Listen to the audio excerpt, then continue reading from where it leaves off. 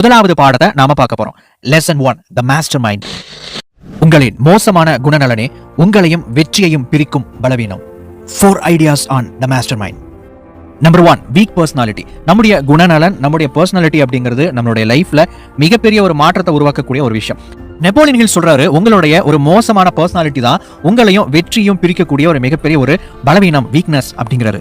சரி, இந்த week personalities அப்படின்னா அதனுடைய தன்மைகள் என்னென்ன மாதிரியான கேரக்டர்ஸ் இருக்கும் அப்படின்னு பார்க்கலாம். பொறுமையின்மை, பேராசை, பொறாமை, அவநம்பிக்கை, பழிவாங்கும் மனப்பான்மை, அகங்காரம், கர்வம், விதைக்கப்படாத இடத்தில் அறுவடை செய்ய நினைத்தல், கடைசியா சம்பாதிக்கும் பணத்தை விட அதிகம் செலவழிக்கும் பழக்கம். ஒரு மனிதனுக்கு இது மாதிரியான நெகட்டிவான பர்சனாலிட்டிஸ் அதிகமாக இருக்கும் பட்சத்துல அவன் வெற்றியை நோக்கி பயணிக்கும் போது இதுவே அவனுக்கு மிகப்பெரிய ஒரு முட்டுக்கட்டைகளாக அமைந்து விடுகிறது. நம்ம கிட்ட என்னென்ன விதமான நெகட்டிவ் கேரக்டர்ஸ், பர்சனாலிட்டி இருக்கு அப்படின்னு நம்ம அனலைஸ் பண்ணி அந்த நெகட்டிவான விஷயங்களை ஓரங்கட்டி அதை ஒதுக்கி வைக்க முயற்சி செய்யறதா வெற்றி அடைகிறதுக்கான முதல் படி அப்படின்னு சொல்லலாம். நம்பர் 2, தி மாஸ்டர் மைண்ட். மாஸ்டர் மைண்ட் அப்படின்னா இந்த இடத்துல நெப்போலியன் ஹில் என்ன சொல்ல வராரு, இதை பத்தி நம்ம ஆல்ரெடி டீடைல்டா Think and Grow Rich book சீரிஸ்ல பார்த்துட்டோம். இருந்தாலும் இங்க நமக்கு தேவைப்படுறதுனால இதை ஷார்ட்டா பார்த்துடலாம். ஒன்றுக்கும் மேற்பட்ட மனிதர்கள் ஒரே நோக்கத்தோடு இணைந்து செயல்பட்டால் அதுக்கு பேரு தான் மாஸ்டர் மைண்ட்.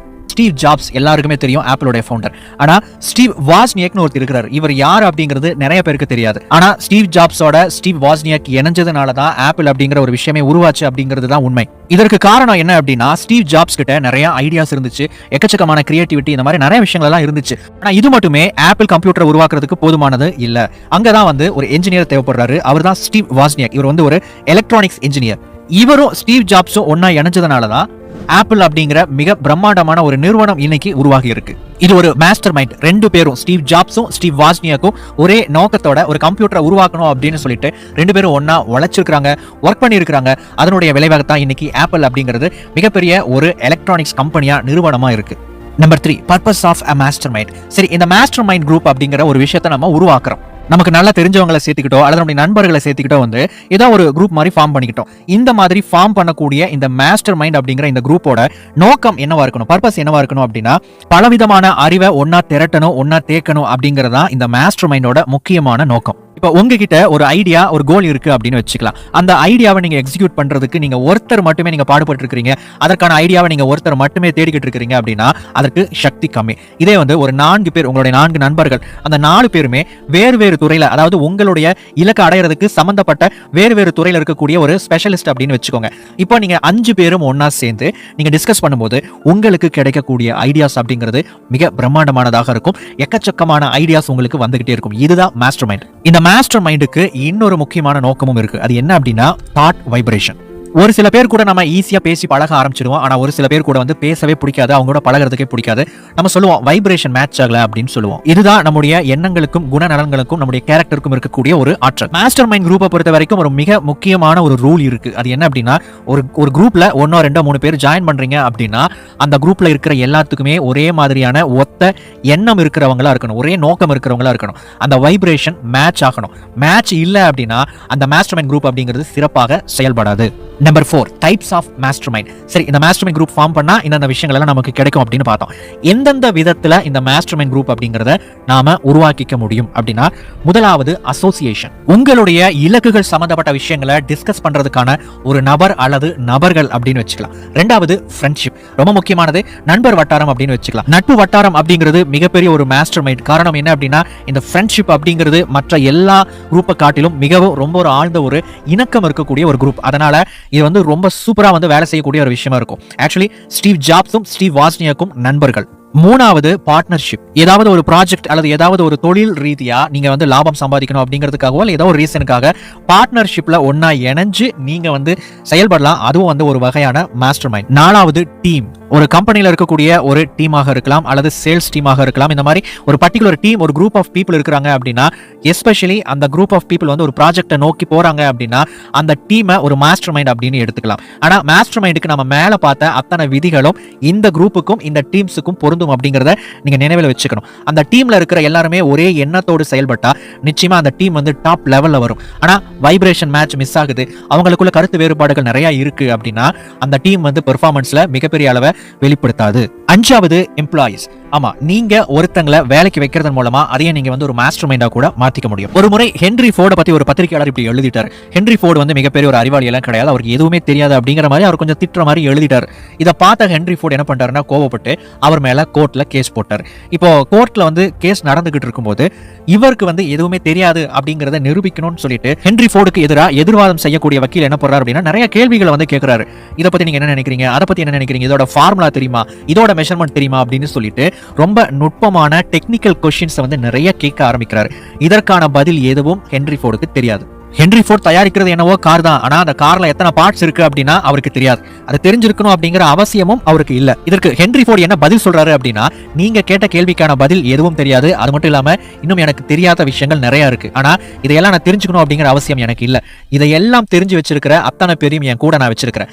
யார்கிட்ட இந்த கேள்வியை கேட்டா இந்த கேள்விக்கான சரியான பதில் வரும் அப்படிங்கிறது எனக்கு தெரியும். அதனால இந்த கேள்விக்கான பதில் எல்லாம் மனப்பாடம் பண்ணி என்னுடைய மண்டக்குள்ள ஏத்தி வச்சுக்கணுங்கிற கட்டாயம் எனக்கு இல்ல அப்படின்னு அதிரடியான ஒரு பதில அந்த இடத்துல அவர் சொல்றாரு.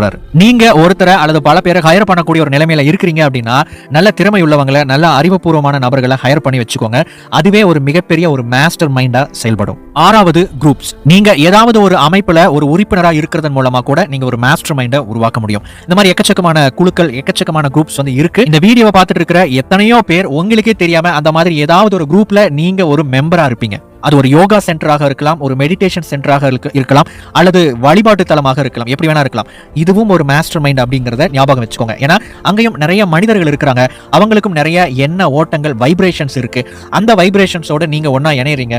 உங்க எல்லாருக்கும் ஒரே விதமான எண்ணமும் நோக்கமும் இருந்தா அந்த விஷயத்தை அடையிறதுக்கான ஐடியாஸ் உங்களுக்கு நிறைய கிடைச்சிக்கிட்டே இருக்கும். இதுவே கமர்ஷியல் ரிலேட்டடான நிறைய குரூப்ஸும் இருக்கு. அதுல நீங்க ஜாயின் பண்றதன் மூலமாகவும் நீங்க உங்களுடைய மாஸ்டர் மைண்டை உருவாக்கிக்க முடியும். இப்போ நாம பார்த்த இந்த 6 டைப்ல உங்களுக்கு எந்த விதமான மாஸ்டர் மைண்ட் ஒத்து வருதோ, எதை பண்ண முடியுமோ, எதை இப்ப செயல்படுத்த முடியுமோ அதை செயல்படுத்துங்க. உங்களுடைய மாஸ்டர் மைண்ட் சக்சஸ்ஃபுல்லா வர வர உங்களுடைய லைஃப்ல நீங்க அடுத்த லெவலுக்கு போறதுக்கு நிறைய ஐடியாஸ் அங்கிருந்து உங்களுக்கு கிடைக்கும். ப்ரூஸ் லீயை ஒரு மார்ஷல் ஆர்ட் லெஜெண்டா மாத்துனதுக்கு அடிப்படையா இருக்கக்கூடிய ஒரு முக்கியமான ஒரு விஷயம் அவருடைய வாழ்க்கையில நடந்த ஒரு நிகழ்வு. ப்ரூஸ் லீ நிறைய படங்களை நடிக்க ஆரம்பிச்சதுக்கு அப்புறம் அவருக்கு நிறைய ஃபேன்ஸ் உருவானாங்க. அவரை பார்க்கிறதுக்கு நிறைய பேர் கூட்டமா கூட ஆரம்பிச்சாங்க. அவருடைய தற்காப்பு கலையை நிறைய இடங்களுக்கு போய் டெமான்ஸ்ட்ரேட் பண்ணி காமிச்சிட்டு இருந்தாரு.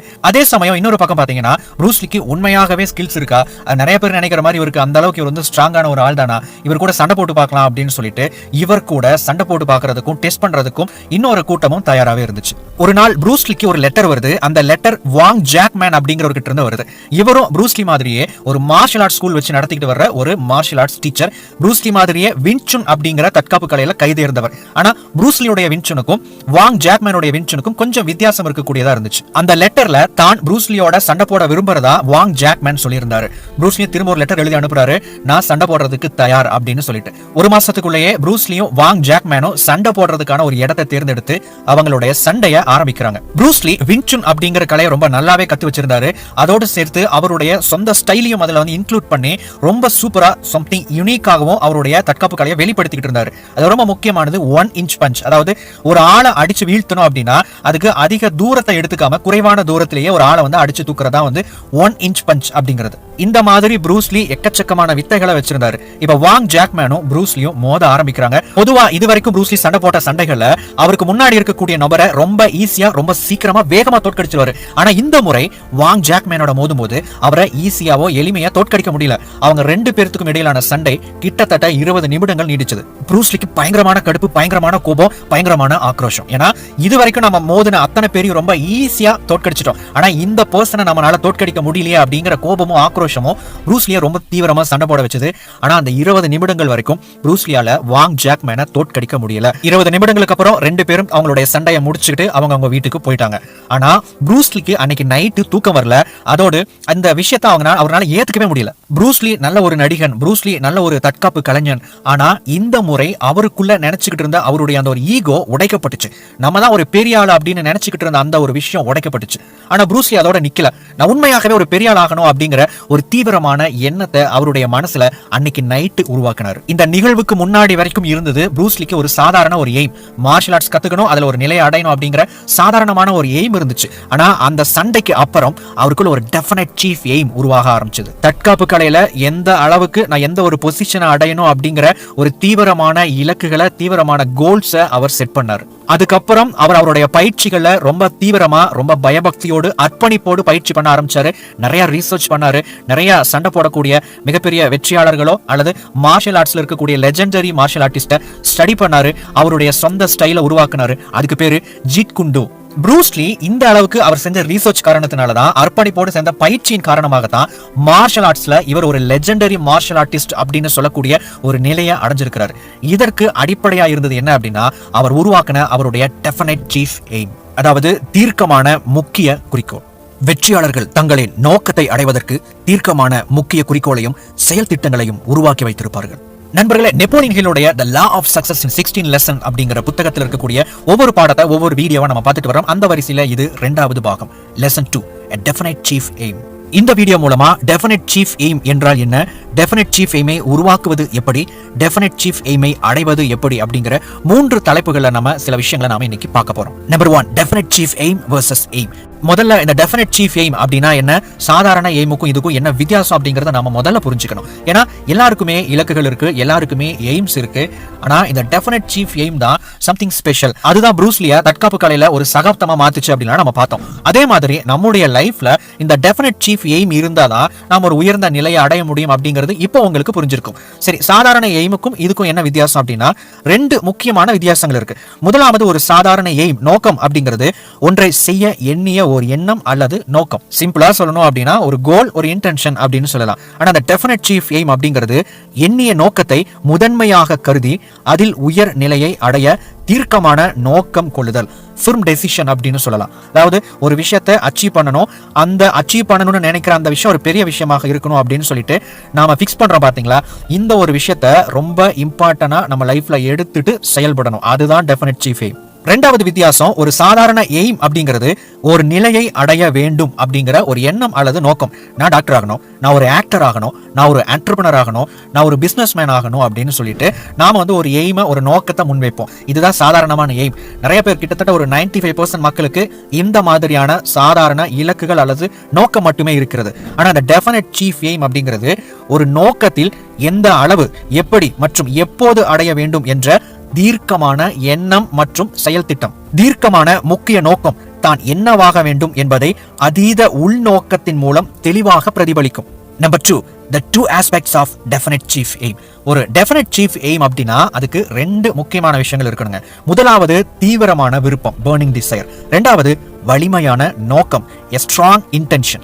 எந்த ஒரு இலக்காக இருந்தாலும் உங்களுக்கு தீவிரமான விருப்பம், burning desire அப்படிங்கிறது தேவைப்படுது. அது இருந்தாதான் நாம அதுக்கு ஒர்க் பண்ணவே முடியும். ஆனா அதை விட ஒரு ஸ்ட்ராங் இன்டென்ஷன் இருக்கிறது ரொம்பவே முக்கியம். வாங் ஜாக்மேன் கூட ப்ரூஸ்லி மோதுறதுக்கு முன்னாடியே அவர் என்ன நினைச்சாரோ அந்த விஷயங்களை அச்சீவ் பண்ணியிருந்தாரு. அவர் படத்துல நடிச்சிருந்தாரு, அவருக்கு நிறைய ஃபேன்ஸ் இருந்தாங்க, ஒரு மார்ஷல் ஆர்ட் ஸ்கூல் கூட ரன் பண்ணிக்கிட்டு இருந்தாரு.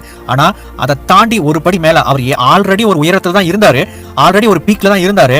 ஆனா அதை விட அதீத உயர்நிலையை அடையிறதுக்கு ஒரு ஸ்ட்ராங் இன்டென்ஷன் காரணமா இருந்துச்சு. அதாவது ஏன் நான் இன்னும் இதெல்லாம் அதிகமா ரீசர்ச் பண்ண விரும்புறேன், ஏன் என்னுடைய தனிப்பட்ட ஸ்டைல நான் உருவாக்க விரும்புறேன் அப்படிங்கிற கேள்விகளை ப்ரூஸ்லி கிட்ட கேட்டா அவர் ஒரு எமோஷனலான ஸ்ட்ராங்கான பதில்களை கொடுப்பாரு. அந்த இன்டென்ஷன் தான் ப்ரூஸ்லிய அந்த ஒரு படி மேல வேற லெவலுக்கு முன்னேறதுக்கு உதவி பண்ணுச்சு. சரி, இப்போ உங்களுடைய டெஃபினைட் சீஃப் எய்மை எப்படி உருவாக்கலாம் அப்படின்னு பார்க்கலாம். உங்களுடைய டெஃபினைட் சீஃப் எய்மை நீங்க ஐடென்டிஃபை பண்ணணும், நீங்கள் கண்டடைய வேண்டும். அது எப்படி கண்டடையலாம்? ஒரு 4 கேள்விக்கு ஒரு நோட்டு புத்தகத்துல பதில் எழுதுங்க. இந்த பதில கொஞ்சம் உங்க மனசு கிட்ட கேட்டு உங்க மனசு என்ன சொல்லுதோ அதை அப்படியே வெளிப்படுத்துங்க. முதலாவது கேள்வி, எந்த துறையில் நீங்கள் வளர்ச்சி காண விரும்புகிறீர்கள்? 2வது, உங்கள் துறையில் தனித்துவமாக எதை அடைய விரும்புகிறீர்கள்? இந்த இடத்துல தனித்துவம், எஸ்பெஷலி அப்படிங்கிறது என்னன்னா, நான் ஒரு பொசிஷனை அடையணும் அப்படிங்கறத தாண்டி அந்த பொசிஷன்ல நீங்க எந்த நிலையில இருக்கணும் அப்படிங்கிற அந்த கேள்விக்கு பதில் எழுதணும். ஏற்கனவே நம்ம டெஃபினைட் சீஃப் எய்முக்கும் எய்முக்குமான வித்தியாசத்துல பார்த்தோம். நீங்க எந்த விஷயத்தை எப்படி அடையணும் அப்படின்னு நினைக்கிறீங்க அப்படிங்கறத வெளிப்படுத்துங்க. 3வது, உங்கள் துறை சார்ந்த செயல்பாடுகளுக்கு எந்த அளவு முக்கியத்துவம் கொடுக்கிறீர்கள்? சில பேருக்கு ஒரு சீஃபான ஒரு எய்ம் இருக்கும், ஆனா அதுக்கு ஒரு ஹாபிக்கு, ஒரு ஸ்பெஷல் இன்ட்ரெஸ்ட்டுக்கு எந்த அளவுக்கு முக்கியத்துவம் கொடுப்பாங்களோ அந்த மாதிரி தான் அதை ட்ரீட் பண்ணிக்கிட்டு இருப்பாங்க. ஒரு ஹாபி மாதிரி அதை நடத்திக்கிட்டு இருப்பாங்க. இப்படியெல்லாம் ஒரு சாதாரண விஷயமாக அதை எடுத்துக்கொண்டு செயல்பட்டால் நாம அந்த உயர்ந்த நிலையை அடைய முடியாது. நீங்க எந்த அளவுக்கு ஒரு விஷயத்துக்கு எஃபோர்ட் போடுறீங்களோ அதற்கான பிரதிபலன் தான் உங்களுக்கு கிடைக்கும். 4வது, நீங்கள் நினைக்கும் நிலையை அடைய அதற்கு ஈடாக எதை கொடுப்பீர்கள்? இந்த கேள்விகளுக்கெல்லாம் நீங்க பதில் சொன்னீங்க அப்படின்னா உங்களுடைய சிச்சுவேஷன் நீங்க ஐடென்டிஃபை பண்றதுக்கு உங்களுக்கு இது உதவி பண்ணும். அதுக்கப்புறம் நீங்க எதை அடையணும் அப்படின்னு உங்க மனசு சொல்லுதோ அதுதான் உங்களுடைய டெஃபினைட் சீஃப் எய்ம். அதை நோட் பண்ணி வச்சுக்கோங்க. Number 3, how to develop your definite chief aim. Okay, என்னுடைய definite chief aim நான் வந்து நோட் பண்ணியாச்சு. இதை எப்படி மேலும் மெருகேற்றுவது? முதலாவது, உங்களின் definite chief aim தினந்தோறும் உங்களுக்கு நீங்களே நினைவுபடுத்திக் கொள்ளுங்கள். இதை வந்து ப்ரூஸ்லி ஃபாலோ பண்ணியிருக்கிறாருங்க. ப்ரூஸ்லி நெப்போலியன் ஹில்லுடைய இந்த புத்தகத்தை எல்லாம் அவர் படிச்சிருக்கிறாரு. அதில் கோல் கார்ட் டெக்னிக்னு ஒரு டெக்னிக் இருக்கு. அந்த டெக்னிக்ல இவருடைய டெஃபினட் சீஃப் எய்மை எழுதி வச்சு காலையில எழுந்ததையும் முதல் வேலையை அதை படிப்பாராம். நைட்டு தூங்க போறதுக்கு முன்னாடி இதை படிச்சுட்டு தான் தூங்க போவாராம். இதை பத்தி ஆல்ரெடி நம்ம வீடியோ போட்டிருக்கிறோம். ப்ரூஸ்லி அவருடைய டெஃபினட் சீஃப் எய்ம்ல என்ன எழுதியிருந்தாரு, அதை எப்படி அச்சீவ் பண்ணாரு, நீங்க எப்படி உங்களுடைய கோல் கார்டை கிரியேட் பண்ணி கோல் கார்ட் டெக்னிக்கை பயன்படுத்தலாம், உங்களுடைய டெஃபினட் சீஃப் எய்மை உங்களுக்கு நினைவுபடுத்திக்கலாம் அப்படிங்கிற விஷயங்களை ஆல்ரெடி அதில் சொல்லியிருக்கு. அதற்கான லிங்கை கீழே டிஸ்கிரிப்ஷன்ல போடுறேன். இந்த வீடியோவை பார்த்து முடிச்சுட்டு அந்த வீடியோவை பாருங்க, உங்களுக்கு முழுமையாக நிறைய விஷயங்கள் புரிய வரும். இரண்டாவது, மாஸ்டர் மைண்ட் குரூப்புடன் உங்களின் டெஃபினட் சீஃப் எய்மை அடையும் வழிகள் குறித்து ஆலோசியுங்கள். நம்ம போன முதல் பாடத்துல பார்த்தோம் மாஸ்டர் மைண்ட் குரூப் அப்படிங்கிற ஒரு விஷயத்தை என்னென்ன விதத்துல கிரியேட் பண்ணலாம் அப்படின்னு சொல்லிட்டு. அந்த வீடியோவை பார்த்துருந்தீங்கன்னா உங்களுக்கு மாஸ்டர் மைண்ட் குரூப்பை எப்படி கிரியேட் பண்ணணுங்கிற ஒரு ஐடியா கிடைச்சிருக்கும். அந்த நபர்களோட மாஸ்டர் மைண்டோட நீங்க நிறைய டிஸ்கஸ் பண்ணணும். அப்பதான் உங்களுக்கு ஒரு சப்போர்ட், ஒரு மோட்டிவேஷன், ஒரு ஐடியா உங்களுக்கு கிடைக்கும். மூணாவது, நீங்கள் தீவிரமான ஆராய்ச்சி, படிப்பு மற்றும் சிந்தனையில் ஈடுபட வேண்டும். இந்த 3 விஷயத்தையும் ப்ரூஸ்லி பண்ணாருங்க. அவர் ரொம்ப டீப்பா ரீசர்ச் பண்ணாரு. மிகப்பெரிய மார்ஷல் ஆர்டிஸ்ட் மியமாட்டோ முசாஷி அப்படின்னு சொல்லப்படுற ஜாப்பனீஸ் சாமுராய் பத்தி நம்ம எபிக் லைஃப் சேனல்ல பார்த்தோம். அவருடைய புத்தகங்கள், அவருடைய தத்துவங்கள், இந்த மாதிரி எக்கச்சக்கமான விஷயங்களை வந்து படிச்சாரு. நிறைய மார்ஷல் ஆர்டிஸ்டோட ஸ்டைலை வந்து ரீசர்ச் பண்ணாரு. அதுக்கப்புறம் ரொம்ப ஆழமா சிந்தனையிலையும் ஈடுபட்டார். இந்த 3 விஷயத்தையும் நீங்க பண்ணும்போது ஒரு சாதாரண எய்ம் இருக்கக்கூடிய மனிதனை தாண்டி ஒரு டெஃபினட் சீஃப் எய்ம் இருக்கக்கூடிய வெற்றியாளனுக்கு இருக்கக்கூடிய பண்புகள் உங்களுக்குள்ள படிப்படியா வளர ஆரம்பிக்கும். நான்காவது, விடாமுயற்சியே இங்கு முக்கியம். ஒரு விஷயத்தை அடையறதுக்கு ஆசைப்படுறதுக்கும் அதை அடையறதுக்கு ஒரு பெரு விருப்பம் கொள்வதற்கும் நோக்கம் மற்றும் நம்பிக்கை கொள்வதற்கும் நிறைய வித்தியாசம் இருக்குங்க.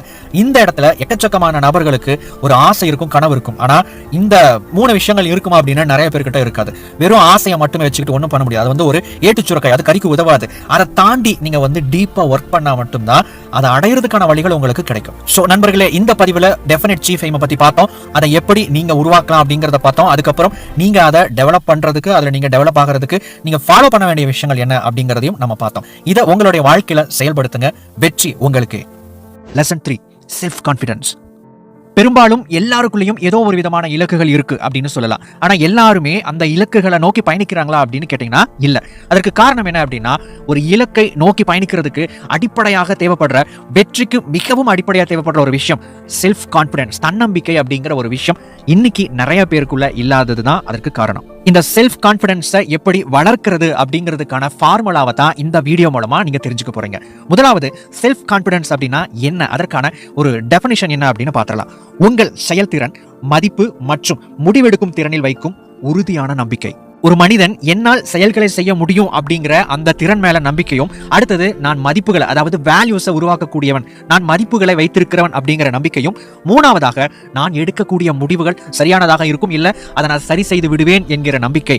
இந்த 3 விதமான நம்பிக்கைகள் ஒரு மனிதனுக்குள்ள இருக்கும் அப்படின்னா அதுதான் சிறந்த தன்னம்பிக்கை. சரி, இந்த செல்ஃப் கான்ஃபிடன்ஸ் எப்படி உருவாகுது அப்படின்னு கேட்டீங்கன்னா, இதை ஒரு புத்தகம் படிக்கிறதுனாலயோ இந்த மாதிரி ஒரு வீடியோ பார்க்கறதுனாலயோ எல்லாம் உருவாக்கிட முடியாது. அது உங்களுக்குள்ள இருந்துதான் பிறக்கணும். இந்த செல்ஃப் கான்ஃபிடன்ஸ் எப்படி உருவாகுது அப்படின்னு பார்க்கலாம். முதலாவது, ஒரு மனிதனுக்கு கான்ஃபிடன்ட் இருக்கணும். எதற்கு அப்படின்னா, டு டேக் ஆக்ஷன். ஒரு செயலை துவங்குவதற்கு அவனுக்கு ஒரு தைரியம் இருக்கணும், கட்ஸ் இருக்கணும். அந்த செயலை துவங்கினதுக்கு அப்புறம் அவனுக்கு ஒரு வெற்றி கிடைக்கும். அந்த வெற்றியை அவன் எண்ணி பார்க்கும்போது, எனக்கு செயல் செய்யக்கூடிய திறமை இருக்கு, நான் எடுத்த முடிவு வந்து கரெக்ட் தான், நான் வந்து மதிப்புகளை உருவாக்கக்கூடியவன், என்கிட்ட வேல்யூஸ் இருக்கு அப்படின்னு ரியலைஸ் பண்ணும்போது அந்த மனிதனுக்குள்ள தன்னம்பிக்கை அப்படிங்கிறது உருவாக ஆரம்பிக்குது. அதாவது பொதுவா நமக்கு வந்து புதிய விஷயங்களை செய்யறதுக்கான தைரியம் வேணும். ரெண்டாவது, நிறைய புதிய விஷயங்களை கற்றுக்கொள்ளணும் அப்படிங்கிற ஒரு மனநிலை வேணும். மூணாவது, இன்ட்ரெஸ்ட் இருக்கணும், ஒவ்வொரு விஷயத்திலையும் ஆர்வம் இருக்கணும். இந்த 3 விஷயத்தை அடிப்படையா வச்சு நீங்க ஏதாவது ஒரு செயல், அது எதுவா வேண்டுமானாலும் இருக்கலாம். சாதாரணமா ஒரு புத்தகம் படிக்கிறதுல இருந்து ஏதோ ஒரு போட்டோகிராஃபி கத்துக்கிறது, யூடியூப் சேனல் ஸ்டார்ட் பண்றது, மற்றவர்களோடு எளிதாக பேசுவது, அல்லது புதிதாக சிறிய அளவில் ஒரு தொழிலை தொடங்குறது, இந்த மாதிரி எக்கச்சக்கமா சொல்லிட்டு போலாம். ஒரு செயலை தொடங்கும் போது உங்களுக்கு 2 விதமான விஷயங்கள் நடக்கலாம். ஒன்னு, நீங்க அதை சரியா செஞ்சு முடிச்சிருவீங்க, அல்லது ஏதாவது ஒரு தடங்கள், தோல்வி அப்படிங்கிறது ஏற்படலாம். நீங்க அதை சரியா செஞ்சு முடிக்கும் போது, அல்லது அதுல இருந்து ஒரு சின்ன அளவு சக்சஸ் கிடைக்கும் போது, அது உங்களுக்கு ஒரு பூஸ்ட் கொடுக்குது. அதாவது ஒரு கான்ஃபிடென்ட்டை, ஒரு தன்னம்பிக்கையை அது உங்களுக்கு கொடுக்குது.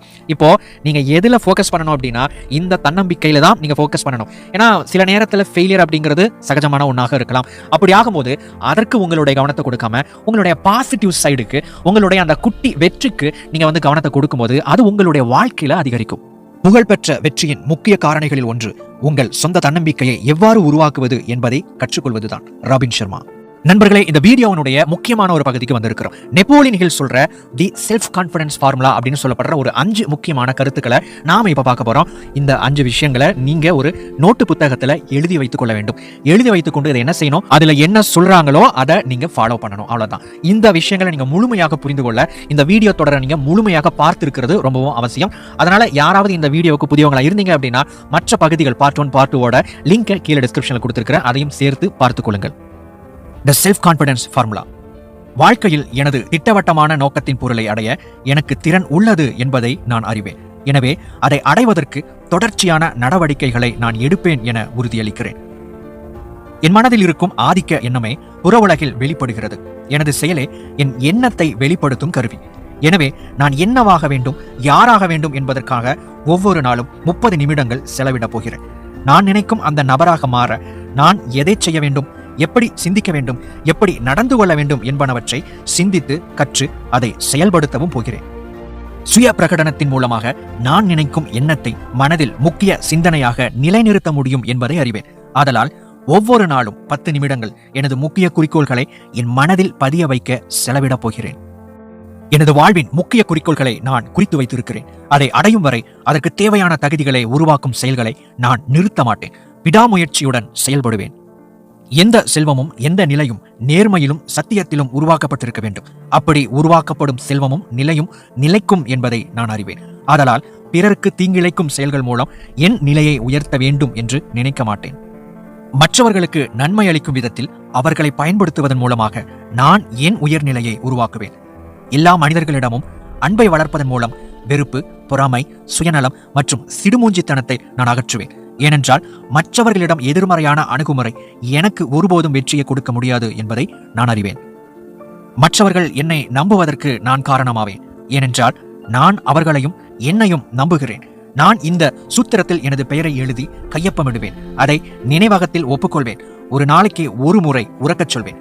அது என் எண்ணங்களையும் செயல்களையும் படிப்படியாக மாற்றும். அதனால் நான் ஒரு தன்னம்பிக்கை மிக்க நபராகவும் ஒரு சிறந்த வெற்றியாளனாகவும் மாறுவேன். நண்பர்களே, இந்த செல்ஃப் கான்ஃபிடன்ஸ் ஃபார்முலாவை நீங்க ஒரு நோட்டு புத்தகத்துல எழுதி வச்சுக்கோங்க. எழுதி வச்சுட்டு அதுக்கு கடைசியில கீழே வந்து ஒரு கையெழுத்து போட்டுக்கோங்க, உங்களுடைய சிக்னேச்சரை போட்டுக்கோங்க. நீங்க செய்ய வேண்டியதெல்லாம் இதுதான்.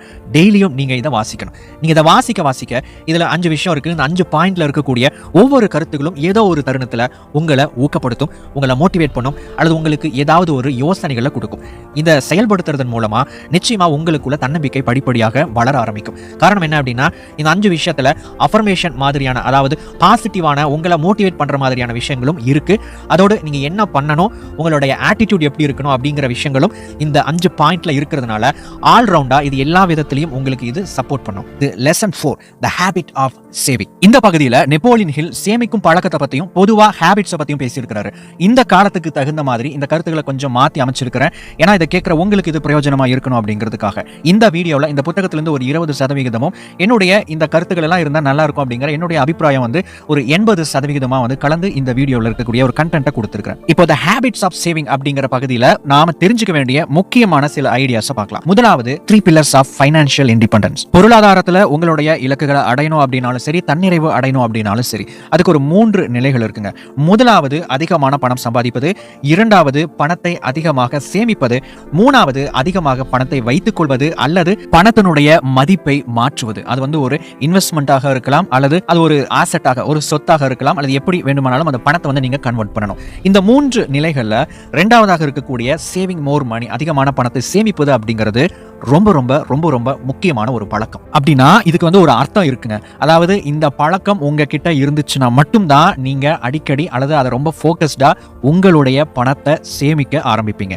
இல்லைனா சேமிப்பை பத்தி நீங்க நினைச்சு கூட பார்க்க மாட்டீங்க.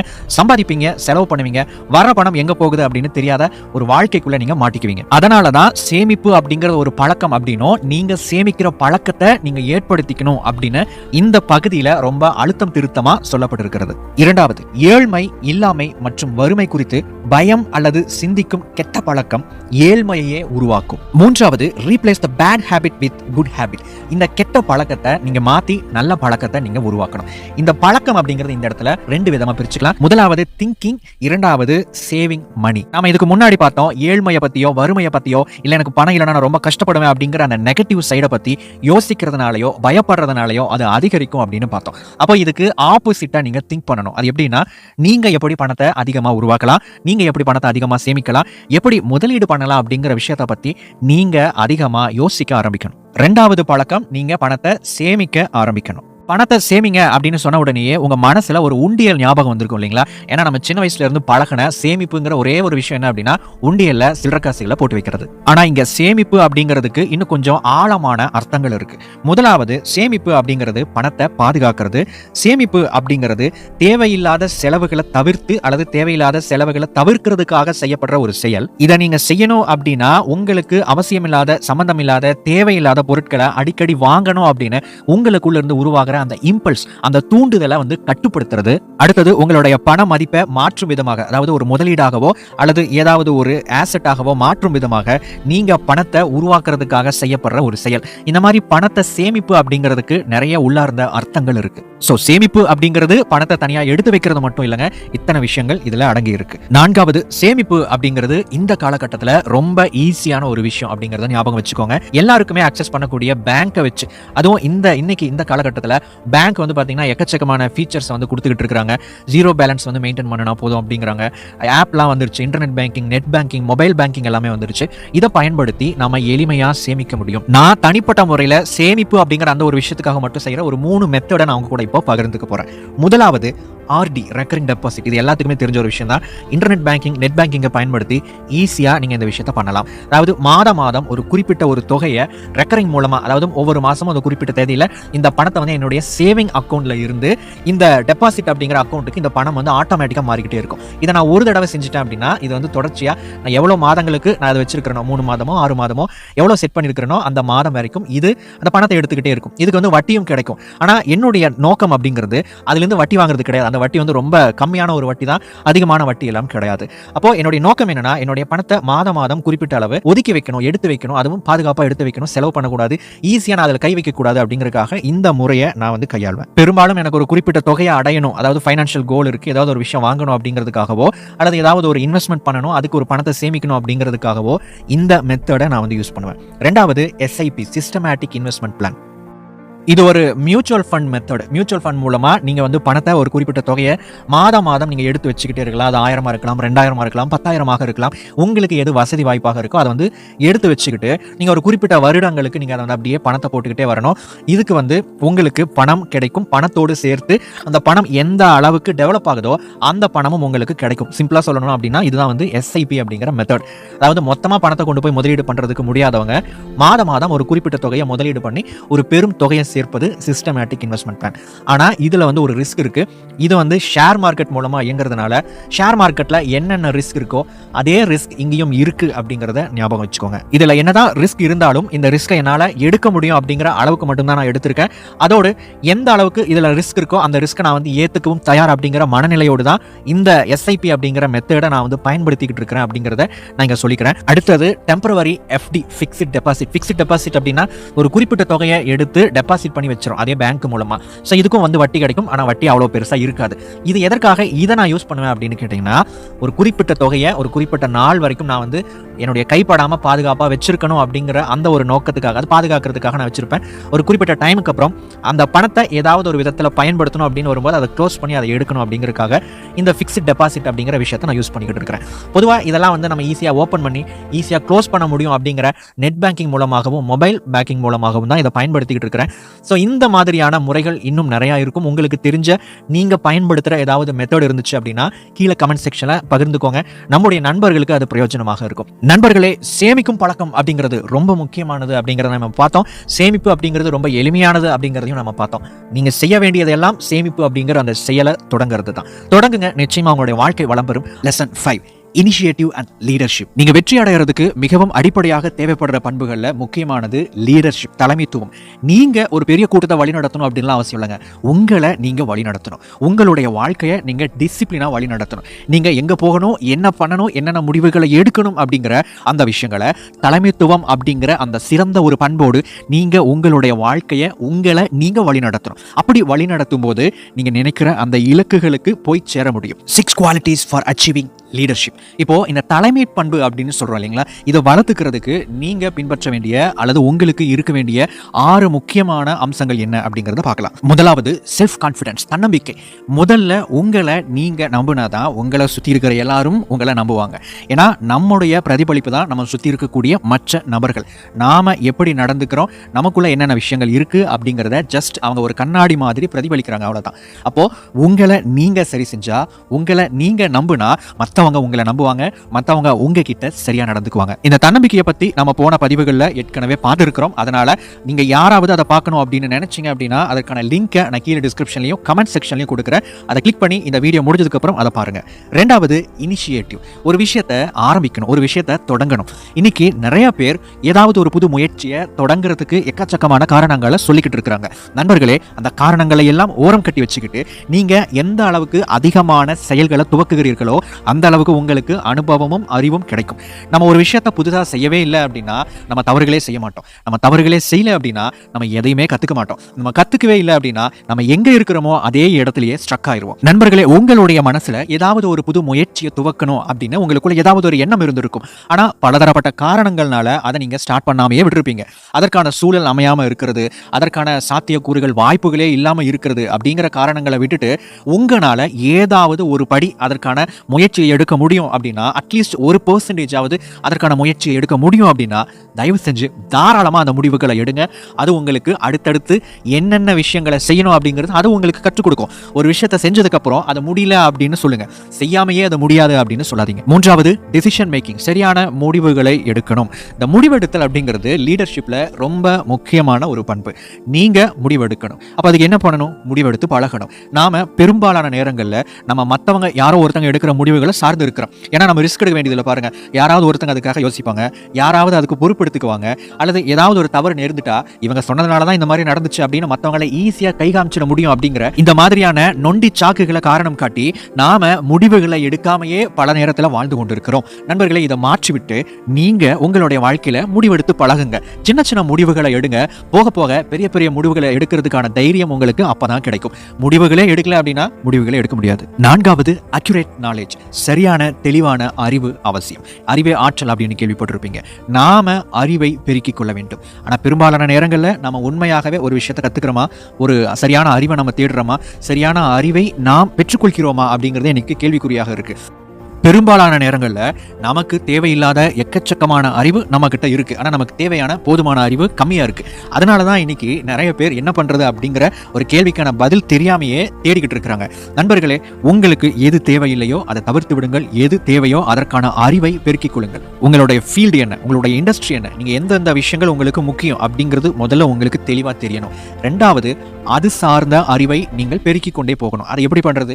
ரொம்ப ஈஸியான விஷயம். அது சார்ந்த காணொலிகள், அது சார்ந்த புத்தகங்கள், அது சார்ந்த மேகசின்ஸ், அது சார்ந்த டிஸ்கஷன்ஸ், அது சார்ந்த நண்பர்கள், இந்த மாதிரி நீங்க அமைச்சுக்கிட்டீங்கன்னாவே போதும். உங்களுக்கு தேவையான அறிவு உங்களை தேடி வரும். அதோடு ஒரு விஷயத்தை எப்படி கத்துக்கணும் அப்படிங்கிறதும் இங்க முக்கியம். ஆல்ரெடி இதை பத்தி ஒரு வீடியோ போட்டிருக்கு. ஒரு விஷயத்தை கத்துக்கிறது எப்படின்னு கத்துக்கணும் அப்படின்னு சொல்லிட்டு அந்த வீடியோவை நீங்க பார்க்கணும் அப்படின்னு விருப்பப்பட்டீங்கன்னா அதற்கான லிங்கையும் கீழே டிஸ்கிரிப்ஷன்ல கொடுத்துருக்கிறேன். ஐந்தாவது திங்கிங், சிந்திப்பது. இதுதான் இன்னைக்கு ரொம்ப முக்கியமான ஒரு விஷயம். நிறைய பேர் சிந்திக்காததுனால தான் தனக்கு என்ன வேணும், நான் என்ன வாங்கணும், அடுத்தது நான் என்ன செய்யணும், எப்படி ஒரு முடிவை எடுக்கணும் அப்படின்னு சொல்லிட்டு இந்த தலைமைத்துவத்துக்கு தேவைப்படுற எக்கச்சக்கமான விஷயங்கள் இல்லாமல் போறதுக்கான அடிப்படை காரணம் என்னன்னு கேட்டிங்கன்னா இந்த சிந்தனைங்கிற ஒரு விஷயம் இல்லாமல் இருப்பது. நண்பர்களே, இந்த சிந்திக்கும் தன்மையை நீங்க வளர்த்துக்கணும் அப்படின்னு நினைச்சீங்கன்னா முதல்ல எப்படி மனிதர்கள் சிந்திக்கிறாங்க அப்படிங்கிற ஒரு பேட்டர்ன் உங்களுக்கு தெரியணும். அதற்கு தான் புத்தகத்தை படிங்க அப்படின்னு சொல்றது, நிறைய ஆழமா சிந்திக்கிறவங்களுடைய பேச்சு கேளுங்க அப்படின்னு சொல்றது. இது கொஞ்சம் ஸ்லோவான ப்ராசஸ் தான். இதுக்கு நிறைய டைம் எடுக்கும், நீங்க நிறைய டைம் ஸ்பெண்ட் பண்ண வேண்டியது இருக்கும். ஆனா நீங்க இதை பண்ணுனீங்க அப்படின்னா உங்களுடைய டைம் அத்தனையும் ஸ்பெண்டிங்கா இருக்காது, இன்வெஸ்ட்மெண்ட்டாக இருக்கும்.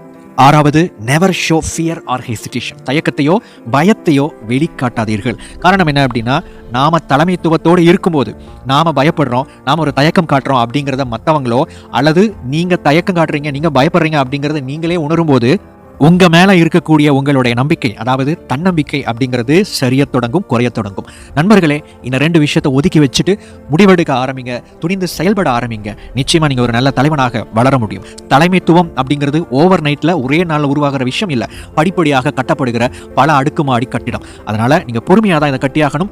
ஆரம்பிங்க. கண்டிப்பா நீங்க நினைக்கிற இடத்துக்கு அது உங்களை கொண்டுட்டு போகும். Lesson 6, imagination.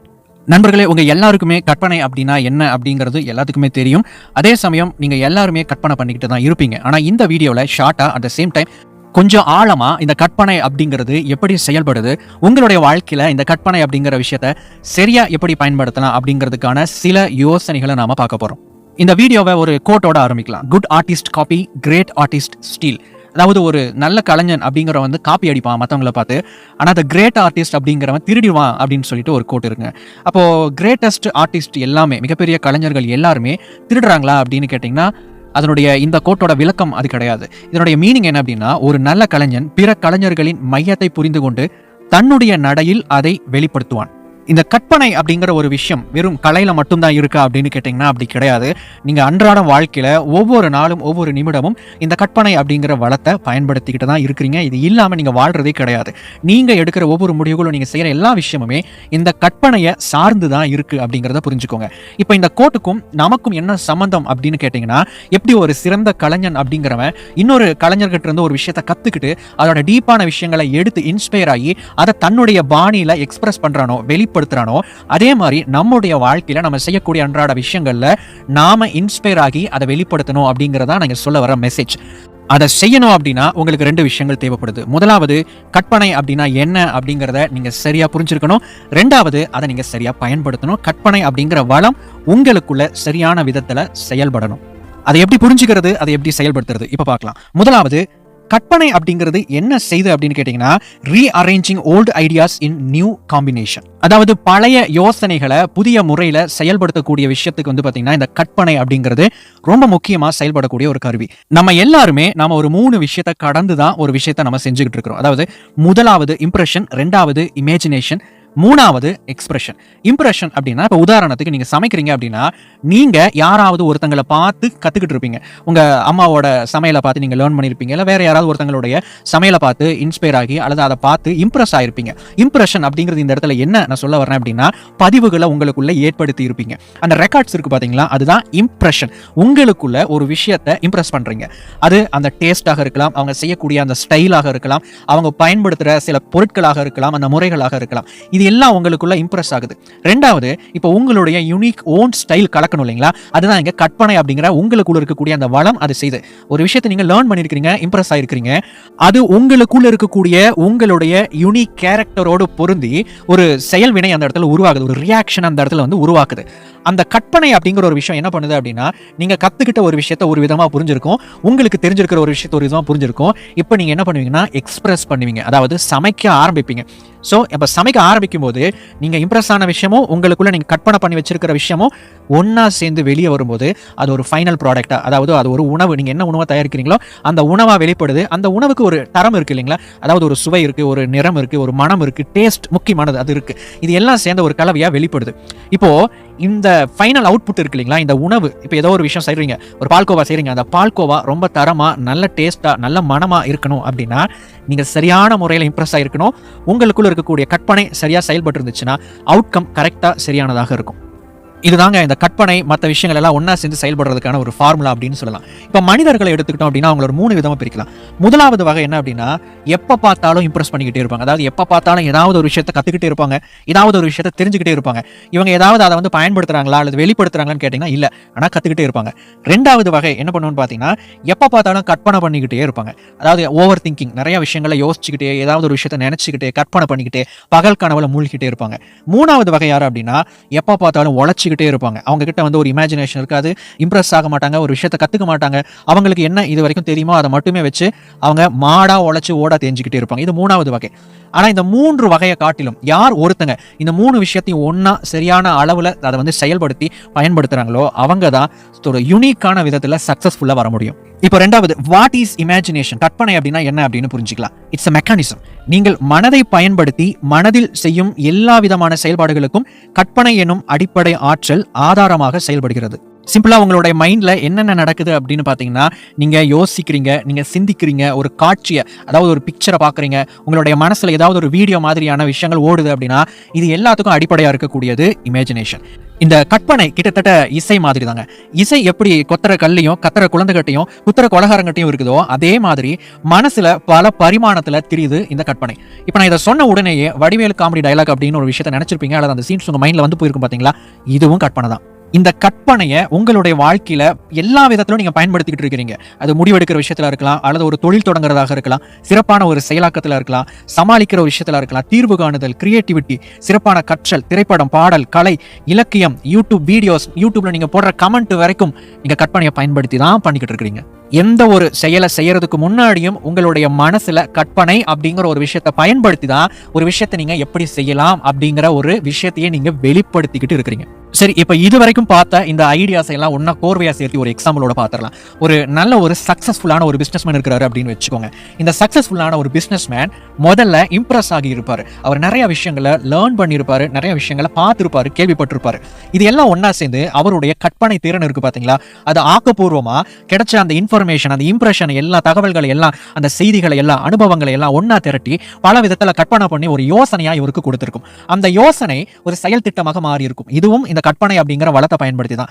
அதுக்கப்புறம் அவருக்கு முதல்ல என்ன பண்ணணும், 2வது என்ன பண்ணணும் அப்படிங்கிற ஒவ்வொரு வழிகாட்டுதல இந்த கற்பனை அவருக்கு கொடுக்கும். அதுக்கப்புறம் என்ன பண்ணுவாரு, அவருடைய கற்பனை அவருக்கு என்னென்ன கமெண்ட் எல்லாம் கொடுத்துச்சோ அதையெல்லாம் அவரு எக்ஸ்பிரஸ் பண்ணுவார், அதாவது வெளிப்படுத்துவார். ஆக்ஷன் மூலமா, செயல் மூலமா ஒவ்வொரு விஷயமா ஸ்டெப் பை ஸ்டெப்பா ப்ராசஸ் பண்ணுவார். அப்படி பண்ணும்போது அவர் வந்து சக்சஸ்ஃபுல்லான ஒரு பிசினஸ் மேனா மாறுறாரு. பெரும்பாலும் நம்ம என்ன பண்றோம் அப்படின்னா அவங்களுடைய ஆக்ஷனை தான் நம்ம வந்து பாக்குறோம். அவங்க என்ன பண்றாங்க அப்படிங்கறத பாக்குறோம். அவங்க அதை எப்படி பண்றாங்க அப்படிங்கறத தெரிஞ்சுக்கிறதுல நம்ம ரொம்ப ஆர்வமா இருக்கிறோம்.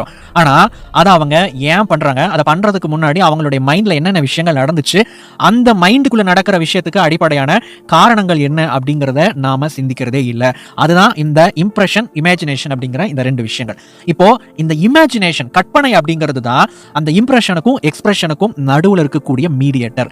இது இருந்தாதான் நம்ம என்னெல்லாம் கத்துக்கிறோமோ, நம்ம என்னெல்லாம் கேள்விப்படுறோமோ, நமக்கு என்னென்ன யோசனைகளை யாராவது கொடுக்குறாங்க, என்னென்ன புக்ல படிக்கிறது, வீடியோல பார்க்கறது, இது எல்லாத்தையும் நாம செயல்படுத்த முடியும்.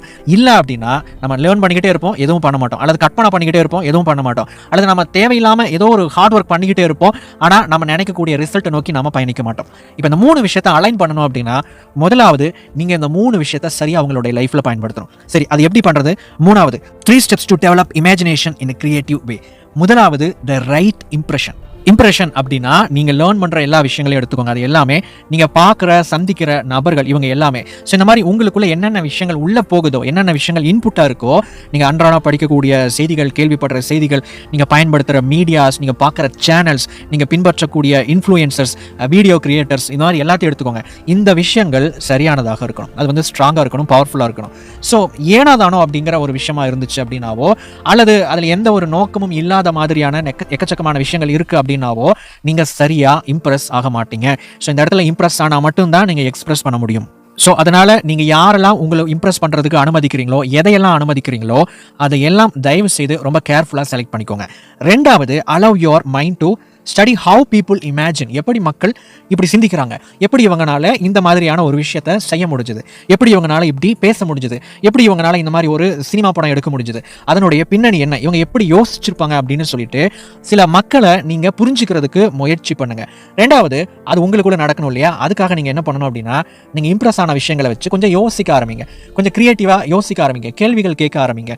நீங்க கத்துக்கிட்ட விஷயங்கள் நீங்க கேள்வி கேட்கும்போது அல்லது அதற்கான ஒரு தேவை இருக்கிறதா, அதுக்கு நீங்க ஒரு அழுத்தம் கொடுக்கும்போது அது வெளிப்படும், இல்லை அப்படின்னா அது வெளிப்படாது. அதுக்கு நீங்க செய்ய வேண்டிய 2 முக்கியமான விஷயங்கள் என்ன அப்படின்னா யோசித்தல், திங்கிங். 2வது வந்து இமேஜினேஷன், கற்பனை பண்றது. ஒரு விஷயம் செய்யணும் அப்படின்னா முதலாவது இது எப்படி பண்ணலாம் அப்படின்னு உங்களுடைய மனசுல காட்சிப்படுத்தி பாருங்க. அதாவது விசுவலைஸ் பண்ணி பாருங்க. உங்க மனசுல ஒரு படமாக பார்க்க ஆரம்பிங்க. அதை மனசளவுல செய்ய ஆரம்பிங்க. ஒரு விஷயத்தை ரியலா பண்றதுக்கு முன்னாடி செய்ய ஆரம்பிங்க. ரெண்டாவது, அது கொஞ்சம் பிராக்டிகலா இருக்கிற மாதிரி இமேஜின் பண்ணுங்க, கற்பனை பண்ணுங்க. ஸோ அந்த விசுவலைசேஷன் எப்படி இருக்கணும்னா, உண்மையாகவே ஒரு விஷயத்தை நீங்க செய்யும்போது நடைமுறை சிக்கல்கள் என்னென்ன இருக்கு அப்படிங்கிறதையும் உங்க ஒரு கேள்வியாக கேட்டுக்கோங்க. ஸோ சரியான கேள்விகள் கேட்கும்போது உங்க மனசுல இம்ப்ரெஸ் ஆகிருக்கிற விஷயங்கள் அப்படியே வெளிப்பட ஆரம்பிக்கும். மூன்றாவது, எக்ஸ்பிரஸ். நீங்க அதை வெளிப்படுத்த ஆரம்பிங்க, வெளிக்கொணர ஆரம்பிங்க. ஸோ அது என்ன அப்படின்னா, சின்ன சின்ன விஷயங்களா நீங்க உங்களுடைய என்னென்ன விஷயங்கள் நீங்க இம்ப்ரெஸ் ஆகிருக்கிறீங்களோ, இதெல்லாம் உங்களுக்கு ஒரு யோசனை, ஒரு சில விஷயங்களை ஐடியாஸ், கோல்ஸாக கொடுத்துருக்கோ, அதை வந்து சின்ன சின்ன அளவில் நீங்க செயல்படுத்த ஆரம்பிங்க.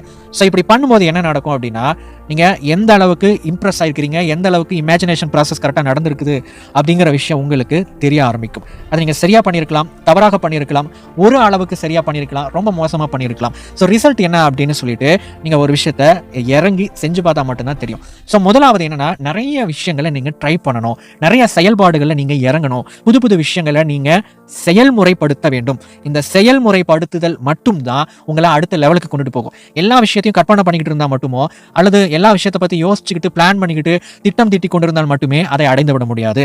நீங்க நிறைய விஷயங்களை ட்ரை பண்ணணும். இப்போ நீங்க ட்ரை பண்ணும்போது உங்களுக்கு ஒரு எக்ஸ்பீரியன்ஸ் கிடைக்கும் இல்லைங்களா? இந்த எக்ஸ்பீரியன்ஸ் தான் அடுத்த இம்ப்ரெஷனாக உங்களுக்கு அது வந்து அப்படியே ஒரு சைக்கிள் மாதிரி ஃபார்ம் ஆகும். ஸோ இந்த இம்ப்ரெஷன் உங்களை நிஜமாவே அடுத்த ஒரு ஆக்ஷன் செய்யும்போது சரியா உங்களை வழி நடத்தும். ஆரம்பத்தில் அது சரியாக இருக்கலாம், தவறாக இருக்கலாம். ஆனால் நீங்க வந்து ஒரு விஷயத்தை செஞ்சுட்டு 2வது முறை நீங்க அதில் ஈடுபடும் போது கண்டிப்பா நிறைய தவறுகளை நீங்க திருத்திக்குவீங்க, நிறைய சரியான விஷயங்களை செய்யறதுக்கான வழிகள் உங்களுக்கு கிடைக்கும். நண்பர்களே, இந்த பதிவில் நம்ம பார்த்த இந்த 3 விஷயங்களை இன்னுமே கொஞ்சம் ஆழமா டீப்பா சொல்லியிருக்க வேண்டிய விஷயங்கள் தான். ஆனால் இதில் ஷார்ட்டாக கொடுக்கணும் அப்படிங்கிறதுக்காக ஒரு 1/4 மணி நேரத்தில் இதுக்கு முயற்சி பண்ணியிருக்கிறேன் கொண்டு வரதுக்காக. ஸோ இதில் உங்களுக்கு புரிஞ்ச அளவுக்கு இதை நீங்க எடுத்துக்கோங்க, இம்ப்ளிமெண்ட் பண்றதுக்கு ட்ரை பண்ணுங்க. இன்னைக்கு 7வது லெசன், எந்தூசியாசம். எந்தூசியாசம் அப்படின்னாவே உற்சாகம் அப்படிங்கிற ஒரே ஒரு வார்த்தை மட்டும் தான் நமக்கு ஞாபகம் வரும். ஆனால் அதை தாண்டி இதுக்கு கொஞ்சம் ஆழமான அர்த்தம் இருக்கு நண்பர்களே. எந்தூசியாசம் அப்படின்னா சில அர்த்தங்களை பார்க்கலாம். முதலாவது, ஒன்றின் மீது ஏற்படும் மன எழுச்சி அல்லது ஆர்வம். 2வது, ஒன்றில் ஈடுபாடு கொள்ள வேண்டும் என்ற ஆர்வ கிளர்ச்சி. 3வது, ஈடுபடும் செயலில் வெளிப்படுத்தப்படும் ஆற்றல் மிக்க ஈடுபாடு. இந்த வெற்றி விதிகள் புத்தகத்தை பொறுத்த வரைக்கும் எந்தூசியாசம் அப்படிங்கிறது ஒரு ரொம்ப முக்கியமான வெற்றிக்கான ஒரு தூண் அப்படின்னு சொல்லலாம். இந்த உற்சாகம் அப்படிங்கிறது எப்படி உங்களுடைய வெற்றிக்கு ஒரு வெற்றி கூட்டாளியா இருக்கு அப்படின்னு பார்க்கலாம். முதலாவது, நீங்க உற்சாகமாக இருக்கும்போது உங்களுடைய செயல்பாடுகளில் வந்து ஆக்கப்பூர்வமா நீங்க செயல்படுவீங்க. நீங்க உற்சாகமா ஒரு விஷயத்துல நீங்க தொடங்கும் போது, அதை செய்யும் போது உங்களுடைய எண்ணங்கள் என்ன பண்ணும் அப்படின்னா, உங்களுடைய தாட் ப்ராசஸ் வந்து கிரியேட்டிவா செயல்பட ஆரம்பிக்கும். உங்களுக்குள்ள இருக்கக்கூடிய அந்த கிரியேட்டிவிட்டியை தூண்டி விட ஆரம்பிக்கும். நீங்க பேசும்போதோ நீங்க செய்யக்கூடிய செயல்களிலோ அந்த கிரியேட்டிவிட்டியை நீங்க வெளிப்படுத்துவீங்க. அது மட்டும் இல்ல நண்பர்களே, நீங்க உற்சாகமாக செயல்படும் போது உங்களுடைய செயல்பாடுகளை மற்றவங்க ஈஸியா ஈர்க்க ஆரம்பிப்பாங்க, அல்லது உங்கள் மேல அவங்களுக்கு ஒரு ஈர்ப்பு இயற்கையாகவே ஏற்படும். நல்ல உற்சாகமா பேசுறாங்க, நல்ல உற்சாகமா செயல்படுறாங்க அப்படின்னு பார்த்தாவே அவங்க மேல நமக்கு ஒரு ஆர்வம் ஏற்படுறது இயற்கை தான். இந்த உற்சாகம் உங்களை கிரியேட்டிவா செயல்பட வைக்கிறதும் இல்லாம மற்றவர்களையும் ஈர்த்து நீங்க வெற்றி அடைகிறதுக்கான வாய்ப்புகளை அதிகப்படுத்துது.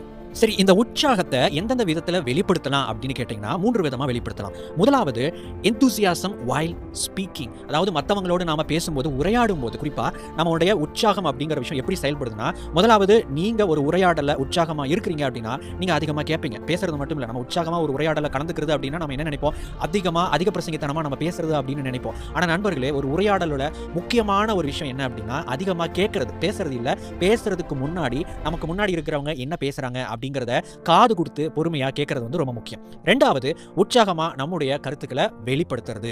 இந்த 2 விஷயம் இருந்துச்சு அப்படின்னா அந்த உற்சாகமான உரையாடல் உங்களுடைய வெற்றிக்கு வழிவகுக்கும்.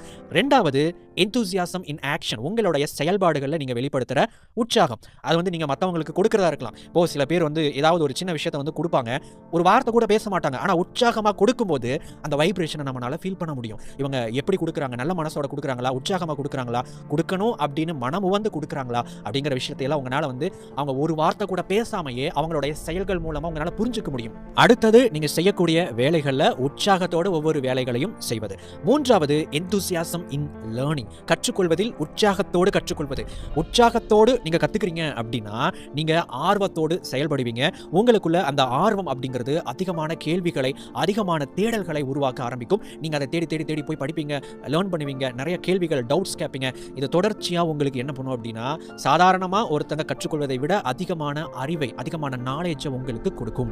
சரி, இப்ப நாம பார்த்த விஷயங்களை எப்படி செயல்முறைப்படுத்தலாம், நம்முடைய வாழ்க்கையில எப்படி அப்ளை பண்ணலாம் அப்படின்னு கேட்டீங்கன்னா, how to be enthusiastic அப்படின்னு கேட்டீங்கன்னா 3 ஸ்டெப்ஸ் நண்பர்களே. முதலாவது, பி எனர்ஜெட்டிக். உங்களுடைய உடம்பளவிலையும் உங்களுடைய மனசளவிலையும் எனர்ஜெட்டிக்கா இருக்கணும். ஒரு ஆற்றல் மிக்கவராக இருக்கணும்.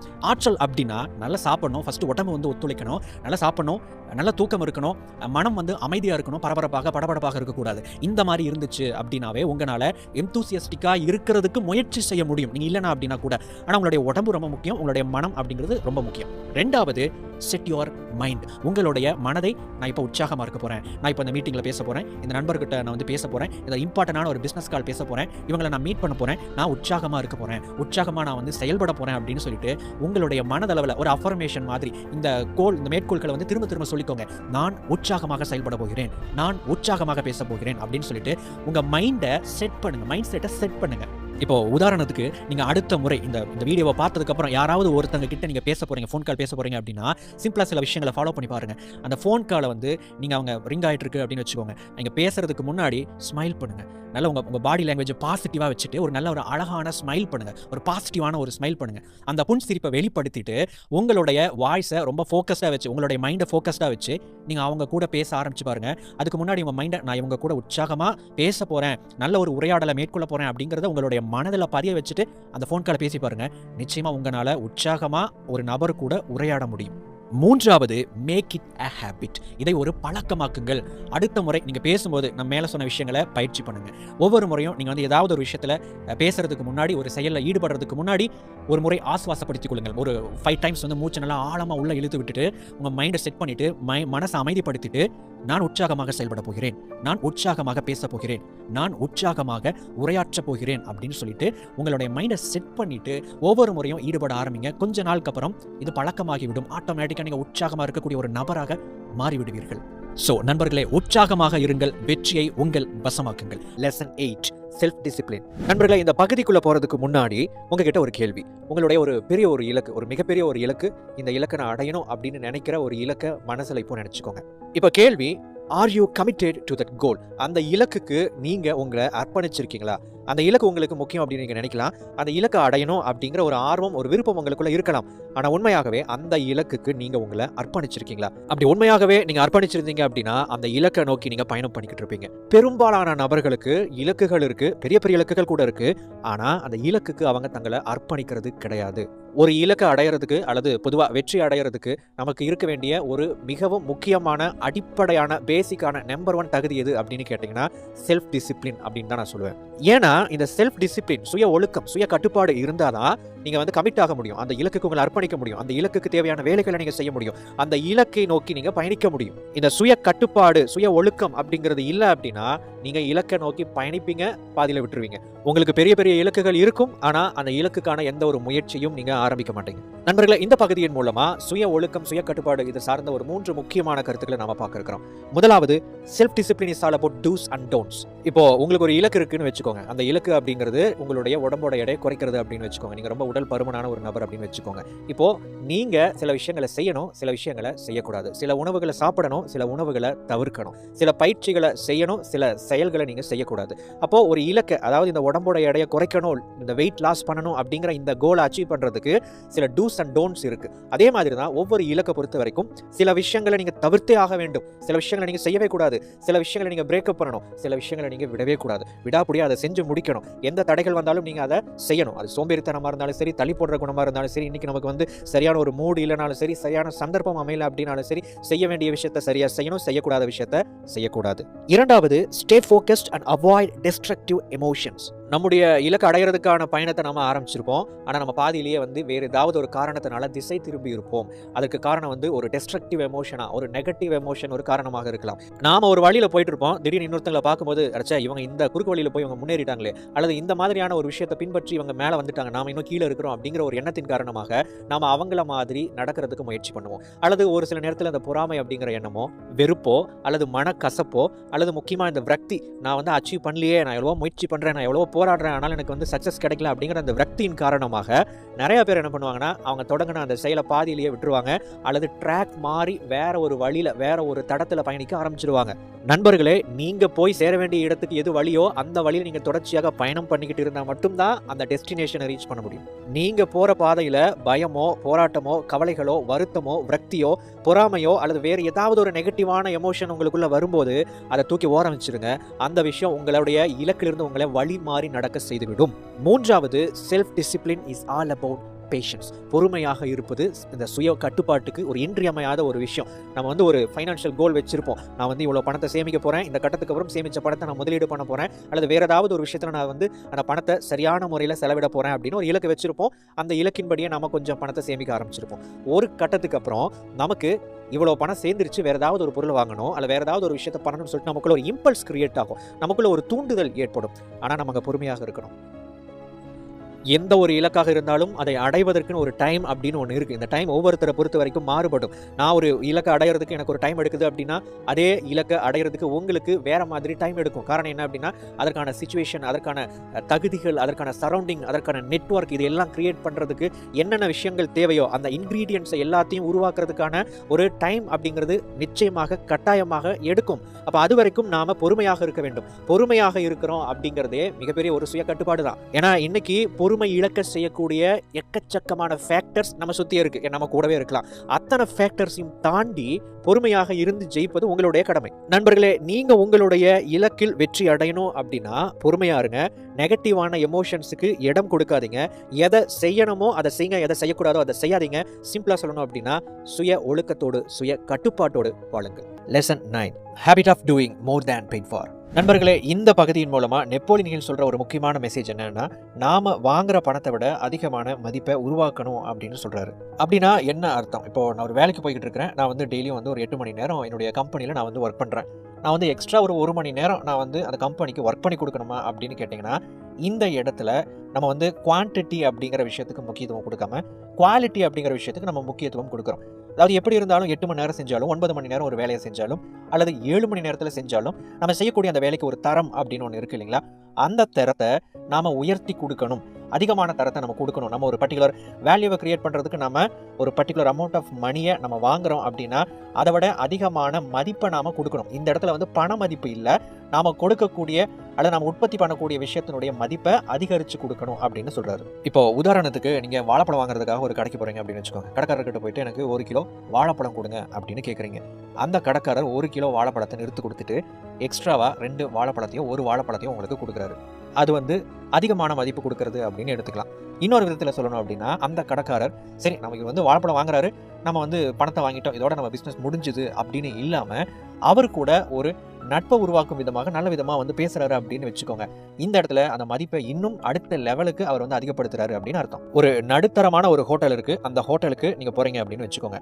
அந்த ஹோட்டல்ல அங்க இருக்கிற எல்லாருமே உங்களை எப்படி ட்ரீட் பண்றாங்க அப்படின்னா, ஒரு பெரிய ஒரு 5 ஸ்டார் ஹோட்டல்ல உங்களை எப்படி ட்ரீட் பண்ணுவாங்களோ அந்த அளவுக்கு ட்ரீட் பண்றாங்க அப்படின்னு வச்சுக்கோங்க.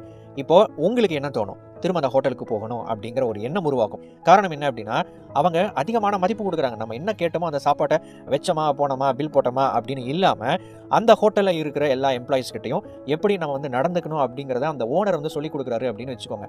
அதாவது இந்த இடத்துல அவர் என்ன ட்ரை பண்ணுறாரு அப்படின்னா, நாம் அடுத்த லெவலுக்கு மூவ் ஆகிறதுக்கு எந்த அளவுக்கு நம்ம மதிப்பு கொடுக்கணுமோ அந்த மதிப்பை இப்பவே கொடுக்குறாரு. நீங்கள் அதிக மதிப்பை வழங்கும் போது அதிக மதிப்பு மிக்க இடத்தை நோக்கி பயணிக்கிறீர்கள் என்று அர்த்தம். உங்களுடைய ஒரு கம்பெனியில் நீங்கள் ஒர்க் பண்ணிக்கிட்டு இருக்கிறீங்க, சாதாரண ஒரு எம்ப்ளாயாக இருக்கிறீங்க அப்படின்னா, அந்த கம்பெனியில் ஒரு ஹையர் பொசிஷனில் இருக்கக்கூடிய ஒரு இன்னொரு ஸ்டாஃப் எந்த அளவுக்கு வேல்யூவை ப்ரொவைட் பண்ணுவாரோ அதே மாதிரியான மதிப்பை நீங்கள் ஏற்படுத்தும் போது அந்த நிலைக்கு, அந்த தகுதிக்கு உங்களை நீங்கள் உயர்த்திக்கிட்டு இருக்கிறீங்க அப்படின்னு அர்த்தம். ஒரு நடுத்தரமான ஹோட்டல் அந்த வரக்கூடிய கஸ்டமர்ஸை ஒரு மிகப்பெரிய அளவில் ட்ரீட் பண்ணும்போது அந்த ஹோட்டலை விட ஹை ரேஞ்சில் இருக்கக்கூடிய ஹோட்டலை நோக்கி இது பயணிக்குது, இது டெவலப் ஆகிக்கிட்டு இருக்குது அப்படின்னு அர்த்தம். பொதுவாக நமக்குள்ள இந்த ஒரு மைண்ட் செட் இருக்கும், நான் வந்து ஒரு பெரிய ஒரு பொசிஷன் அடையணும் அப்படின்னு நினைக்கிறேன், அந்த பொசிஷன் அடைஞ்சதுக்கப்புறம் அந்த இடத்துல இருக்கிறவங்க எப்படி நடந்துக்குவாங்களோ அப்படி நான் நடந்துக்குவேன் அப்படின்னு ஒரு மைண்ட் செட் இருக்கும். ஆனால் இங்கே நெப்போலியன் ஹில் என்ன சொல்கிறார் அப்படின்னா, இப்போ நீங்கள் இருக்கிற அந்த பொசிஷனில் இருந்தே, இந்த இடத்துல இருந்தே நீங்கள் நினைக்கிற அந்த உயர் நிலையில் எப்படி நீங்கள் நடந்துக்குவீங்களோ அல்லது எப்படி நீங்கள் நடக்கணுமோ அப்படி நீங்கள் நடந்துக்கோங்க. எந்த அளவுக்கு மதிப்பு நீங்கள் உருவாக்குவீங்களோ அந்த மதிப்பு நீங்கள் இங்கே இருந்தே உருவாக்க ஆரம்பிங்க. பணத்தை விட, அதாவது பணத்தின் மதிப்பை விட அதிகப்படியான மதிப்பை, வேல்யூவை நீங்கள் மற்றவங்களுக்கு ப்ரொவைட் பண்ண உங்களுக்கு நீங்களே அதிகப்படியான மதிப்பை நீங்கள் ஏற்படுத்திக்கிட்டே இருக்கிறீங்க அப்படின்னு அர்த்தம். நண்பர்களே, இந்த புத்தகத்தில் ஒரு ரொம்ப முக்கியமான கருத்து எது அப்படின்னு கேட்டிங்கன்னா, நான் இந்த கருத்தை நான் பாயிண்ட் அவுட் பண்ணுவேன். ஏன் அப்படின்னா, நாம் போகக்கூடிய இடத்துக்கு இப்போ இருந்தே அதுக்கு நம்மளை தயார் பண்ணிக்கிறதுக்கு தேவையான அந்த அடிப்படை தகுதியை நீங்கள் வளர்த்துக்கணும் அப்படிங்கிறது தான் இந்த சாப்டரில் நெப்போலியன் ஹில் சொல்லக்கூடிய ஒரு முக்கியமான ஒரு பாடம். லெசன் 10, த ப்ளீசிங் பர்சனாலிட்டி. ப்ளீசிங் பர்சனாலிட்டி அப்படின்னா எல்லாருக்கும் விருப்பமான ஒரு மனிதனாக இருப்பது அல்லது நடந்து கொள்வது. ஏன் எல்லாருக்கும் விருப்பமான ஒரு மனிதனாக இருக்கணும் அப்படின்னு கேட்டிங்கன்னா, இந்த புத்தகம் முழுவதுமே பார்த்தீங்க அப்படின்னா அதிகமான ஒரு பாயிண்ட் வந்து இங்கே மென்ஷன் பண்ணியிருக்கோம். அது வந்து இன்டைரக்டாக மென்ஷன் பண்ணியிருப்பாங்க. அது என்னன்னா, நாம வெற்றி அடைகிறதுக்கு மற்றவங்க தேவைப்படுறாங்க. சக்ஸஸ் அப்படிங்கிறது இது வந்து ஒரு தனி மனித விளையாட்டு கிடையாது, கூட்டமாக சேர்ந்து விளையாடக்கூடிய ஒரு விளையாட்டு. அப்போ மற்றவங்க நமக்கு தேவைப்படுறாங்க. மற்றவங்களுடைய உதவியோ, மற்றவங்களுடைய கூட்டணியோ, இல்லை ஏதோ ஒரு விதத்தில் ஒரு நபர் அல்லது பல நபர்களுடைய கூட்டணி நமக்கு தேவைப்படுது. அப்போ இவங்க எல்லாரும் நமக்கு சப்போர்ட்டா, இவங்க எல்லாரும் நமக்கு சாதகமாக இருக்கும்போது நம்மளால நம்முடைய இலக்குகளையோ வெற்றிகளையோ ஈஸியாக அடைய முடியும். இந்த வீடியோ மூலமா நீங்க ஒரு ப்ளீசிங் பர்சனாலிட்டியா, மற்றவங்களுக்கு விருப்பமுள்ள ஒரு மனிதனாக இருப்பதற்கு நீங்க ஃபாலோ பண்ண வேண்டிய ஒரு 4 முக்கியமான ஐடியாஸ் என்ன அப்படிங்கிறத பார்க்க போறோம். முதலாவது, ஃபைண்ட் காமன் இன்ட்ரெஸ்ட். மற்றவங்களுக்கும் உங்களுக்கும் பொதுவாக இருக்கக்கூடிய அல்லது ஆர்வமாக இருக்கக்கூடிய ஒரு முக்கியமான ஒரு விஷயம் இருக்கு இல்லைங்களா, ஒரு மையமான ஒரு விஷயம், அதை கண்டுபிடிக்கணும். அது வந்து ஒரு பர்டிகுலர் ஒரு ஆக்டரை பற்றினதாக இருக்கலாம், ஒரு படத்தை பற்றினதாக இருக்கலாம், ஒரு பர்டிகுலர் ஐடியாஸை பற்றினதாக இருக்கலாம், கருத்துக்களை பற்றினதாக இருக்கலாம், நம்பிக்கைகளை பற்றினதாக இருக்கலாம். ஸோ எதுவாக வேண்டுமானாலும் இருக்கலாம். நீங்கள் உங்களுக்கும் மற்றவங்களுக்கும் காமனான பொதுவான இன்ட்ரெஸ்டடான இருக்கக்கூடிய டாபிக்ஸ் என்ன அப்படின்னு கண்டுபிடிக்கணும். சரி, இதை எப்படி நம்ம கண்டுபிடிக்கிறது? அவங்கக்கிட்ட நிறைய கேள்விகள் கேட்கறதுனாலையும், அவங்க சொல்கிற விஷயங்கள், அதாவது மற்றவங்க சொல்கிற விஷயங்களை அதிகமாக கவனிக்கிறதன் மூலமாகவும் இதை நீங்கள் தெரிந்து கொள்ள முடியும். இரண்டாவது, ஆல்வேஸ் சே குட் திங்ஸ். உங்ககிட்ட யாராவது வந்து ஏதாவது ஒரு விஷயத்தை பற்றி சொல்கிறாங்க அப்படின்னா, எடுத்த உடனேயே அல்லது அதை பற்றின ஒரு நெகட்டிவான தவறான கருத்துக்களை சொல்லாதீங்க. ஒரு சில நபர்கள் கிட்ட போயிட்டு நம்ம எந்த ஒரு விஷயத்த சொன்னாலும் எடுத்த எடுப்புலையே அதெல்லாம் ஒத்து வராது, அதெல்லாம் வந்து இப்படி தான் இருக்கும், அந்த நபரா, அவரை பற்றி எனக்கு நல்லாவே தெரியும், ரொம்ப மோசமான ஆள், பக்கா ஃப்ராடு அப்படின்னு சொல்லிட்டு ஒரு நபரை பற்றியோ அல்லது ஒரு பர்டிகுலர் விஷயத்தை பற்றியோ எடுத்த எடுப்புலேயே தவறான கருத்துக்களை வந்து சொல்லக்கூடிய நபர்களை நீங்கள் பார்த்துருக்கலாம். அப்படிப்பட்ட ஒரு நபர் கூட நீங்கள் ஒரு கான்வர்சேஷனில் ஈடுபடும் போது உங்களுக்கு எப்படி இருக்கும்? ஏதாவது ஒரு நெகட்டிவான ஒரு விஷயம் இருக்கிறது உங்களால் ஃபீல் பண்ண முடியுது இல்லைங்களா? அவருடைய ஒரு நெகட்டிவான அபிப்பிராயம், என்னடா இந்த மனுஷன் இப்படி பேசுகிறாரு அப்படிங்கிற ஒரு எண்ணமோ, அல்லது உங்களுடைய மனசில் வேறு ஒரு நபரையோ அல்லது வேறு ஒரு விஷயத்தை பற்றின ஒரு தவறான விதையை விதைக்கிற மாதிரியான ஒரு ஃபீலிங் உங்கள் மனசுக்குள்ளே வந்திருக்கும் இல்லைங்களா? ஸோ இங்கே என்ன நடக்குது அப்படின்னா, ஒரு எடுத்த எடுப்புலையே நாமளோ அல்லது மற்றவங்களோ ஒரு தவறான கருத்தை சொல்லும்போது ஒரு நெகட்டிவ் இம்ப்ரெஷன், ஒரு நெகட்டிவான பதிவு அந்த இடத்துல கிரியேட் ஆகுது. நண்பர்களே, நீங்கள் மற்றவங்களுக்கு பிடிச்ச ஒரு நபரை மாறணும் அப்படின்னா முதல் வேலையாக இதை நாம் தவிர்க்கணும். அது எந்த ஒரு விஷயமா இருந்தாலும் சரி, எடுத்த எடுப்புலையே ஒரு நெகட்டிவான விஷயத்தை பற்றி சொல்கிறத நீங்கள் தவிர்க்கணும். சரி, உண்மையாகவே ஏதோ ஒரு நபரை பற்றியோ ஏதோ ஒரு விஷயத்தை பற்றியோ ஒரு நெகட்டிவான அபிப்பிராயம் உண்மையாகவே இருக்குது அல்லது நெகட்டிவான ஒரு விஷயம் இருக்குதுன்னு வச்சுக்கோங்க. அதை எப்படி மற்றவங்க கிட்ட பகிர்ந்துக்கலாம் அப்படின்னா, அதை வந்து கொஞ்சம் பாலிஷ் பண்ணி, அவர் கொஞ்சம் இந்த மாதிரியான ஒரு நபர் தான், நீங்கள் வந்து பார்த்து நடந்துக்கணும் அப்படின்னு சொல்லிட்டு ரொம்ப நெகட்டிவாக போகாமல் ஒரு மேலோட்டமான ஒரு கருத்தை தெரிவிக்கிறது ரொம்ப நல்லது. இது ஒரு பக்கம் இருக்கட்டும். சில பேர் வந்து எப்போ சந்திச்சாலும், எப்போ ஒரு 2 பேரோ 3 பேரோ 4 பேரோ நண்பர்களோ அல்லது உறவினர்களோ சந்திச்சாலும் ஒரு நெகட்டிவான ஒரு நியூஸ், ஒரு நெகட்டிவான செய்தி, ஒரு நெகட்டிவான தவறான அல்லது எதிர்மறையான ஒரு தகவல்களை வந்து பகிர்ந்துக்கிட்டே இருக்கிறாங்க, சம்பவங்களை பகிர்ந்துக்கிட்டே இருக்கிறாங்க. போன வாரம் அங்கே போயிருந்தேங்க, அங்கே வந்து திடீர்னு இப்படி ஒரு விபத்தாயிருச்சு, இந்த மாதிரி ஒரு நபர் வந்து பார்த்தாங்க, இந்த மாதிரி இப்படி ஒரு ரொம்ப மோசமான ஒரு நபருங்க, அவர் எப்படியெல்லாம் இருக்கிறாங்கன்னு தெரியல இந்த உலகத்தில், இப்படிங்கிற மாதிரி நிறைய பேர் பலவிதமான தவறான விஷயங்களையே பகிர்ந்துக்கிறாங்க. நியூஸ் ஓடிக்கிட்டு இருக்கும், நியூஸ் பார்த்துட்டு என்ன ஒரு கொடுமை பார்த்தீங்களா, என்ன ஒரு அநியாயம் பார்த்தீங்களா? என் நண்பர்களே, பேசுறதுக்கு வேற விஷயமே இல்லையா? பேசுறதுக்கு பகிர்ந்துக்கிறதுக்கு ஒரு பாசிட்டிவான நல்ல விஷயமே இல்லையா? அங்கே அந்த விபத்து நடந்துச்சு, இங்கே அது நடந்துச்சு, அங்கே நடந்துச்சுன்னு சொல்கிற பதிலாக ஏன் அங்கே ஒரு நல்ல விஷயம் நடந்துச்சுங்க, இவங்களுக்கு இப்போ ஒரு விஷயம் நடந்துச்சு அப்படின்னு சொல்லிட்டு ஏன் ஒரு பாசிட்டிவான விஷயத்தை பற்றி பேசக்கூடாது? நண்பர்களே, நீங்கள் எப்போ என்னைக்கு அதிகமான நெகட்டிவான நியூஸ், நெகட்டிவான சம்பவங்களை பற்றி நீங்கள் பேசுகிறீங்களோ, உங்கள் மனசில் அதிகமான அந்த மாதிரியான நெகட்டிவான விஷயங்கள் இருக்குது அப்படின்னு அர்த்தம். இந்த மாதிரி பேசுவதை தவிர்த்து விட்டு நல்ல விஷயங்கள், பாசிட்டிவான விஷயங்களை, அல்லது எதுவுமே கிடைக்கலையா, ஏதோ ஒரு நல்ல விஷயம் நடந்துச்சா அதை வந்து நண்பர்கள்கிட்ட வந்து பகிர்ந்துக்கோங்க. அல்லது அப்படி எதுவுமே இல்லையா, பேசாமல் இருக்கிறது எவ்வளோ ஒரு விஷயம். ஒரு தவறான விஷயத்தை பேசுகிறத விட எதுவுமே பேசாமல் இருக்கிறது ரொம்ப நல்ல விஷயம். ஸோ எப்போவுமே தவறான நெகட்டிவான விஷயங்களை பரப்புவதற்கு பதிலாக, பேசுவதற்கு பதிலாக நல்ல இனிமையான விஷயங்களை நம்ம மற்றவங்க கிட்ட பகிர்ந்துக்கணும். மூன்றாவது, you cannot make the first impression a second time. First impression is the best impression அப்படின்னு சொல்லுவாங்க. நீங்கள் முதல் முறையாக ஒரு நபரை சந்திக்க போகிறீங்க அப்படின்னா, முதல் முறையாக ஒரு நபரை நீங்கள் எப்படி பார்த்தீங்களோ அந்த பதிவு உங்களுடைய மனசில் ரொம்ப ஆழமாக பதிவாக இருக்கும். அதே மாதிரி முதல் முறையாக நீங்கள் யாரையாவது சந்திக்க போகிறீங்க அப்படின்னா, உங்களுடைய அந்த சந்திப்பில் உங்களுடைய ஒரு தோற்றம், நீங்கள் பேசின அந்த விதம், நிறைய விஷயங்கள், உங்களை பற்றின ஒரு அபிப்பிராயம் அவங்க மனசில் பதிவாக இருக்கும். ஆனால் இது நீங்கள் 2வது தடவை 3வது தடவை செய்ய முடியாது. முதல் இம்ப்ரெஷன் அப்படிங்கிறது முதல் தடவை மட்டும்தான் செய்ய முடியும். அதனால் எப்போவும் ஏதாவது ஒரு நபரை நீங்கள் புதுசாக முதல் முறையாக சந்திக்க போகிறீங்க அப்படின்னா, அந்த சந்திப்புக்கு நீங்கள் உங்களை தயார்படுத்திக்கணும். உங்களுடைய மனநிலையை முதல்ல தயார்படுத்திக்கணும். 2வது, உங்களுடைய ட்ரெஸ் கோடை சிறந்த ஒரு முறையில் இருக்கிற மாதிரி, இந்த உலகத்திலேயே அது பெஸ்ட்டாக இருக்கணும் அப்படின்லாம் கிடையாதுங்க. உங்களுக்கு எது பெஸ்ட்டாக இருக்கோ, உங்களுக்கு எது சிறந்ததாக இருக்கோ அந்த மாதிரி, அந்த அக்கேஷனுக்கு தகுந்த மாதிரி, அந்த இடத்துக்கு தகுந்த மாதிரி, அந்த சூழலுக்கு தகுந்த மாதிரி ஒரு சரியான ஒரு உடை, ஒரு சரியான ஒரு ஆடையை அணிஞ்சிட்டு போகிறது ரொம்ப நல்லது. 4வது, ட்ரை டு பி அக்ரியபிள். சில பேர் வந்து ஒரு கான்வர்சேஷனில் ஈடுபட்ட உடனேயே ஏதாவது ஒரு கருத்து மோதல், ஒரு விவாதத்தில் ஈடுபட்டுருவாங்க. அப்படிலாம் இல்லைங்க. சரி, இதை பற்றி என்ன சொல்கிறீங்க, இந்த அரசியல் கட்சி பற்றி என்ன சொல்கிறீங்க சொல்லுங்கள், யார் ஜெயிப்பாங்க, அல்லது இவங்க நல்லது பண்ணுறாங்களா கெட்டது பண்ணுறாங்களா அப்படின்னு சொல்லிட்டு ஒரு விவாதத்தை வந்து துவக்குவாங்க. அல்லது யாராவது ஒருத்தங்க விவாதத்தை துவக்கும் போது அதில் குதிச்சு இவங்களும் சண்டை போட ஆரம்பிச்சிருவாங்க. நண்பர்களே, முடிந்த வரைக்கும் மற்றவர்களோடு நம்ம வந்து பொருந்தி போகிற அளவுக்கு நம்ம வந்து கொஞ்சம் அந்த தன்மையை வந்து வளர்த்துக்கணும். அப்படி இல்லை அப்படின்னா அமைதியாக இருப்பதற்கு நம்ம வந்து பழகிக்கணும். ஏன்னா ஒரு கருத்து மோதல் அப்படிங்கிறது ஒரு நபரை பற்றின ஒரு வெறுப்புணர்ச்சியை, ஒரு தவறான ஒரு எண்ணத்தை நம்முடைய மனசில் பதிவாயிருக்கும். என்னதான் நம்ம அடுத்த முறை அந்த நபரை வந்து பேசும்போது, ஒரு மிகப்பெரிய ஒரு ஆர்குமெண்ட்டுக்கு அப்புறம், ஒரு மிகப்பெரிய ஒரு விவாதத்துக்கு அப்புறம் நம்ம ஒரு நபரை சந்திக்கும் போது, என்னதான் வந்து வெளியே நம்ம சிரித்து பேசினாலும், என்னதான் நம்ம வந்து வெளியே அந்த விஷயத்தை நம்ம காமிச்சிக்கல அப்படின்னாலும், நம்முடைய மனசில் ஏதோ ஒரு ஓரத்தில் ஒரு சின்னதாக அவர் மேலே வந்து ஒரு பிளாக் மார்க் இருக்கும் இல்லைங்களா, அந்த கரும்புள்ளி அப்படிங்கிற ஒரு விஷயம் இருந்துச்சுனாவே நம்ம அந்த நபர் கூட முக்கியமாக உண்மையாக பழக முடியாது. ஸோ இதை நீங்கள் தவிர்க்கணும். முடிந்த வரைக்கும் அவங்க எந்த ஒரு விஷயத்தை சார்ந்தவங்களாக வேண்டுமானாலும் இருக்கட்டும். எப்படி எனக்கு ஒரு நம்பிக்கை, எனக்கு சில விஷயங்கள் இருக்கோ அதே மாதிரி தான் உங்களுக்கு இருக்கு. உங்களுக்கு எப்படி இருக்கோ அதே மாதிரி தான் அவங்களுக்கு இருக்கு. எனக்குள்ள என்னென்ன தன்மைகள், என்னென்ன நம்பிக்கைகள், என்னென்ன விஷயங்கள் சரின்னு எனக்கு தோணுது, என்னென்ன விஷயங்கள் தவறு அப்படின்னு தோணுது, இது எல்லாத்த மாதிரி ஒவ்வொருத்தங்களுக்கும் வேறுபடும். அப்போ அவங்க ஒரு விஷயத்தை சரின்னு நம்புறாங்க, ஒரு விஷயத்தை தவறுன்னு நம்புறாங்க அப்படின்னா அது அவங்களுடைய உரிமை, அவங்களுடைய ஒரு பேட்டர்ன் அந்த மாதிரி. அப்படிங்கிற ஒரு பொதுவான குணத்தை நாம் புரிந்து கொள்ள வேண்டும். அப்படி ஒரு எண்ணத்தில் இருக்கும்போது அவங்க எந்த ஒரு விஷயத்தை சார்ந்தவங்களா இருந்தாலும் சரி, எந்த ஒரு விஷயத்தை அவங்க வந்து நம்புறவங்களா இருந்தாலும் சரி, எந்த ஒரு விஷயத்தை நம்பாதவங்களா இருந்தாலும் சரி, அவங்களுடைய கருத்து அவங்களுக்கு பெருசு. அதனால முடிந்த வரைக்கும் இந்த பொதுவான கருத்து விவாதம், கருத்து மோதல்களில் ஈடுபடுவதை தவிர்ப்பது நல்லது. நண்பர்களே, நாம இதுவரைக்கும் பார்த்த விஷயங்கள் என்ன அப்படின்னா, நீங்க வந்து மற்றவங்களுக்கு ஒரு பிடித்த ஒரு நபராக நடந்து கொள்வதற்கு ஃபாலோ பண்ண வேண்டிய ஒரு அடிப்படையான ஒரு 4 ஐடியாஸ் தான் பார்த்தோம். 4 ஐடியாஸ் தான் இருக்கா அப்படின்னு கேட்டிங்கன்னா இல்லை, அது இன்னும் நிறைய விஷயங்கள் இருக்கு. ஆனால் இந்த 4 விஷயத்தை ஃபாலோ பண்ணாவே பொதுவாக வந்து நிறைய ஆர்கியூமெண்ட்டோ அல்லது நிறைய ஒரு தவறான இம்ப்ரெஷனை கிரியேட் பண்ணுறது குறைஞ்சிடும். இது போக நான் ஆல்ரெடி ஒரு வீடியோ அப்லோட் பண்ணியிருக்கிறேன், மற்றவர்களை எளிதில் ஈர்ப்பது எப்படி அப்படின்னு சொல்லிட்டு. அந்த வீடியோக்கான லிங்க்கை கீழே டிஸ்கிரிப்ஷனில் கொடுத்துருக்கிறேன். கிளிக் பண்ணி அந்த வீடியோவையும் பாருங்கள். எப்படி மற்றவர்களை ஈர்ப்பதற்கான சில டிப்ஸ் அண்ட் ஐடியாஸ் வந்து அதன் மூலமாகவும் உங்களுக்கு கிடைக்கும். Lesson 11, accurate thinking. தீர்க்கமான சிந்தனை. ஒரு மனிதனுக்கு ஆக்கப்பூர்வமான ஒரு சக்தி எங்க இருந்து பிறக்குது அப்படின்னு கேட்டிங்கன்னா அவனுடைய சிந்தனையில இருந்து. பொதுவாக எல்லாரும் சொல்லுவாங்க எண்ணம் அப்படிங்கிற ஒரு விஷயம் முக்கியம் அப்படின்னு சொல்லுவாங்க. எண்ணம் அப்படிங்கிறது நம்முடைய மனசுல வந்துட்டு போய்கிட்டே இருக்கும். இப்போ ஒரு எண்ணம் இருக்கும், கொஞ்ச நேரத்துக்கு அப்புறம் இன்னொரு எண்ணம் இருக்கும், அதுக்கப்புறம் இன்னொரு எண்ணம் ஓடிக்கிட்டே இருக்கும். ஆனால் சிந்தனை அப்படிங்கிறது என்ன அப்படின்னா, ஏதாவது ஒரு எண்ணத்தை, ஏதாவது ஒரு பர்டிகுலர் விஷயத்தை, ஒரு டாப்பிக்கை எடுத்து உங்களுடைய மனசில் ஃபோக்கஸ்டாக வச்சுட்டு இருக்கிறது, அல்லது ஒரு குட்டியான ஒரு ஆய்வு செய்கிறது. உங்களுடைய மனம் அப்படிங்கிறது ஒரு ஆய்வுக்கூட மாதிரி. அந்த ஆய்வுக்கூடத்தில் என்ன வேணா வரட்டும் போகட்டும் அப்படின்னு விட்டிங்கன்னா அது எண்ணம். ஏதாவது ஒரு பர்டிகுலர் விஷயத்தை எடுத்து ஆராய்ச்சி பண்ணீங்க அப்படின்னா அது சிந்தனை. இதுதான் எண்ணத்துக்கும் சிந்தனைக்கும் இருக்கக்கூடிய ஒரு வித்தியாசம். அப்போ சிந்தனையின் மூலமாக நமக்கு என்ன கிடைக்கும், திங்கிங் மூலமாக நமக்கு என்ன கிடைக்கும் அப்படின்னா, ஏதாவது வேறு ஒரு புதிய ஒரு யோசனை, வேறு ஒரு புதிய ஒரு விஷயங்கள் உங்களுக்கு வந்து கிடைக்கும். ஸோ இதை வந்து ஒரு கிரியேட்டிவிட்டிக்காக நீங்கள் வந்து பயன்படுத்த முடியும்.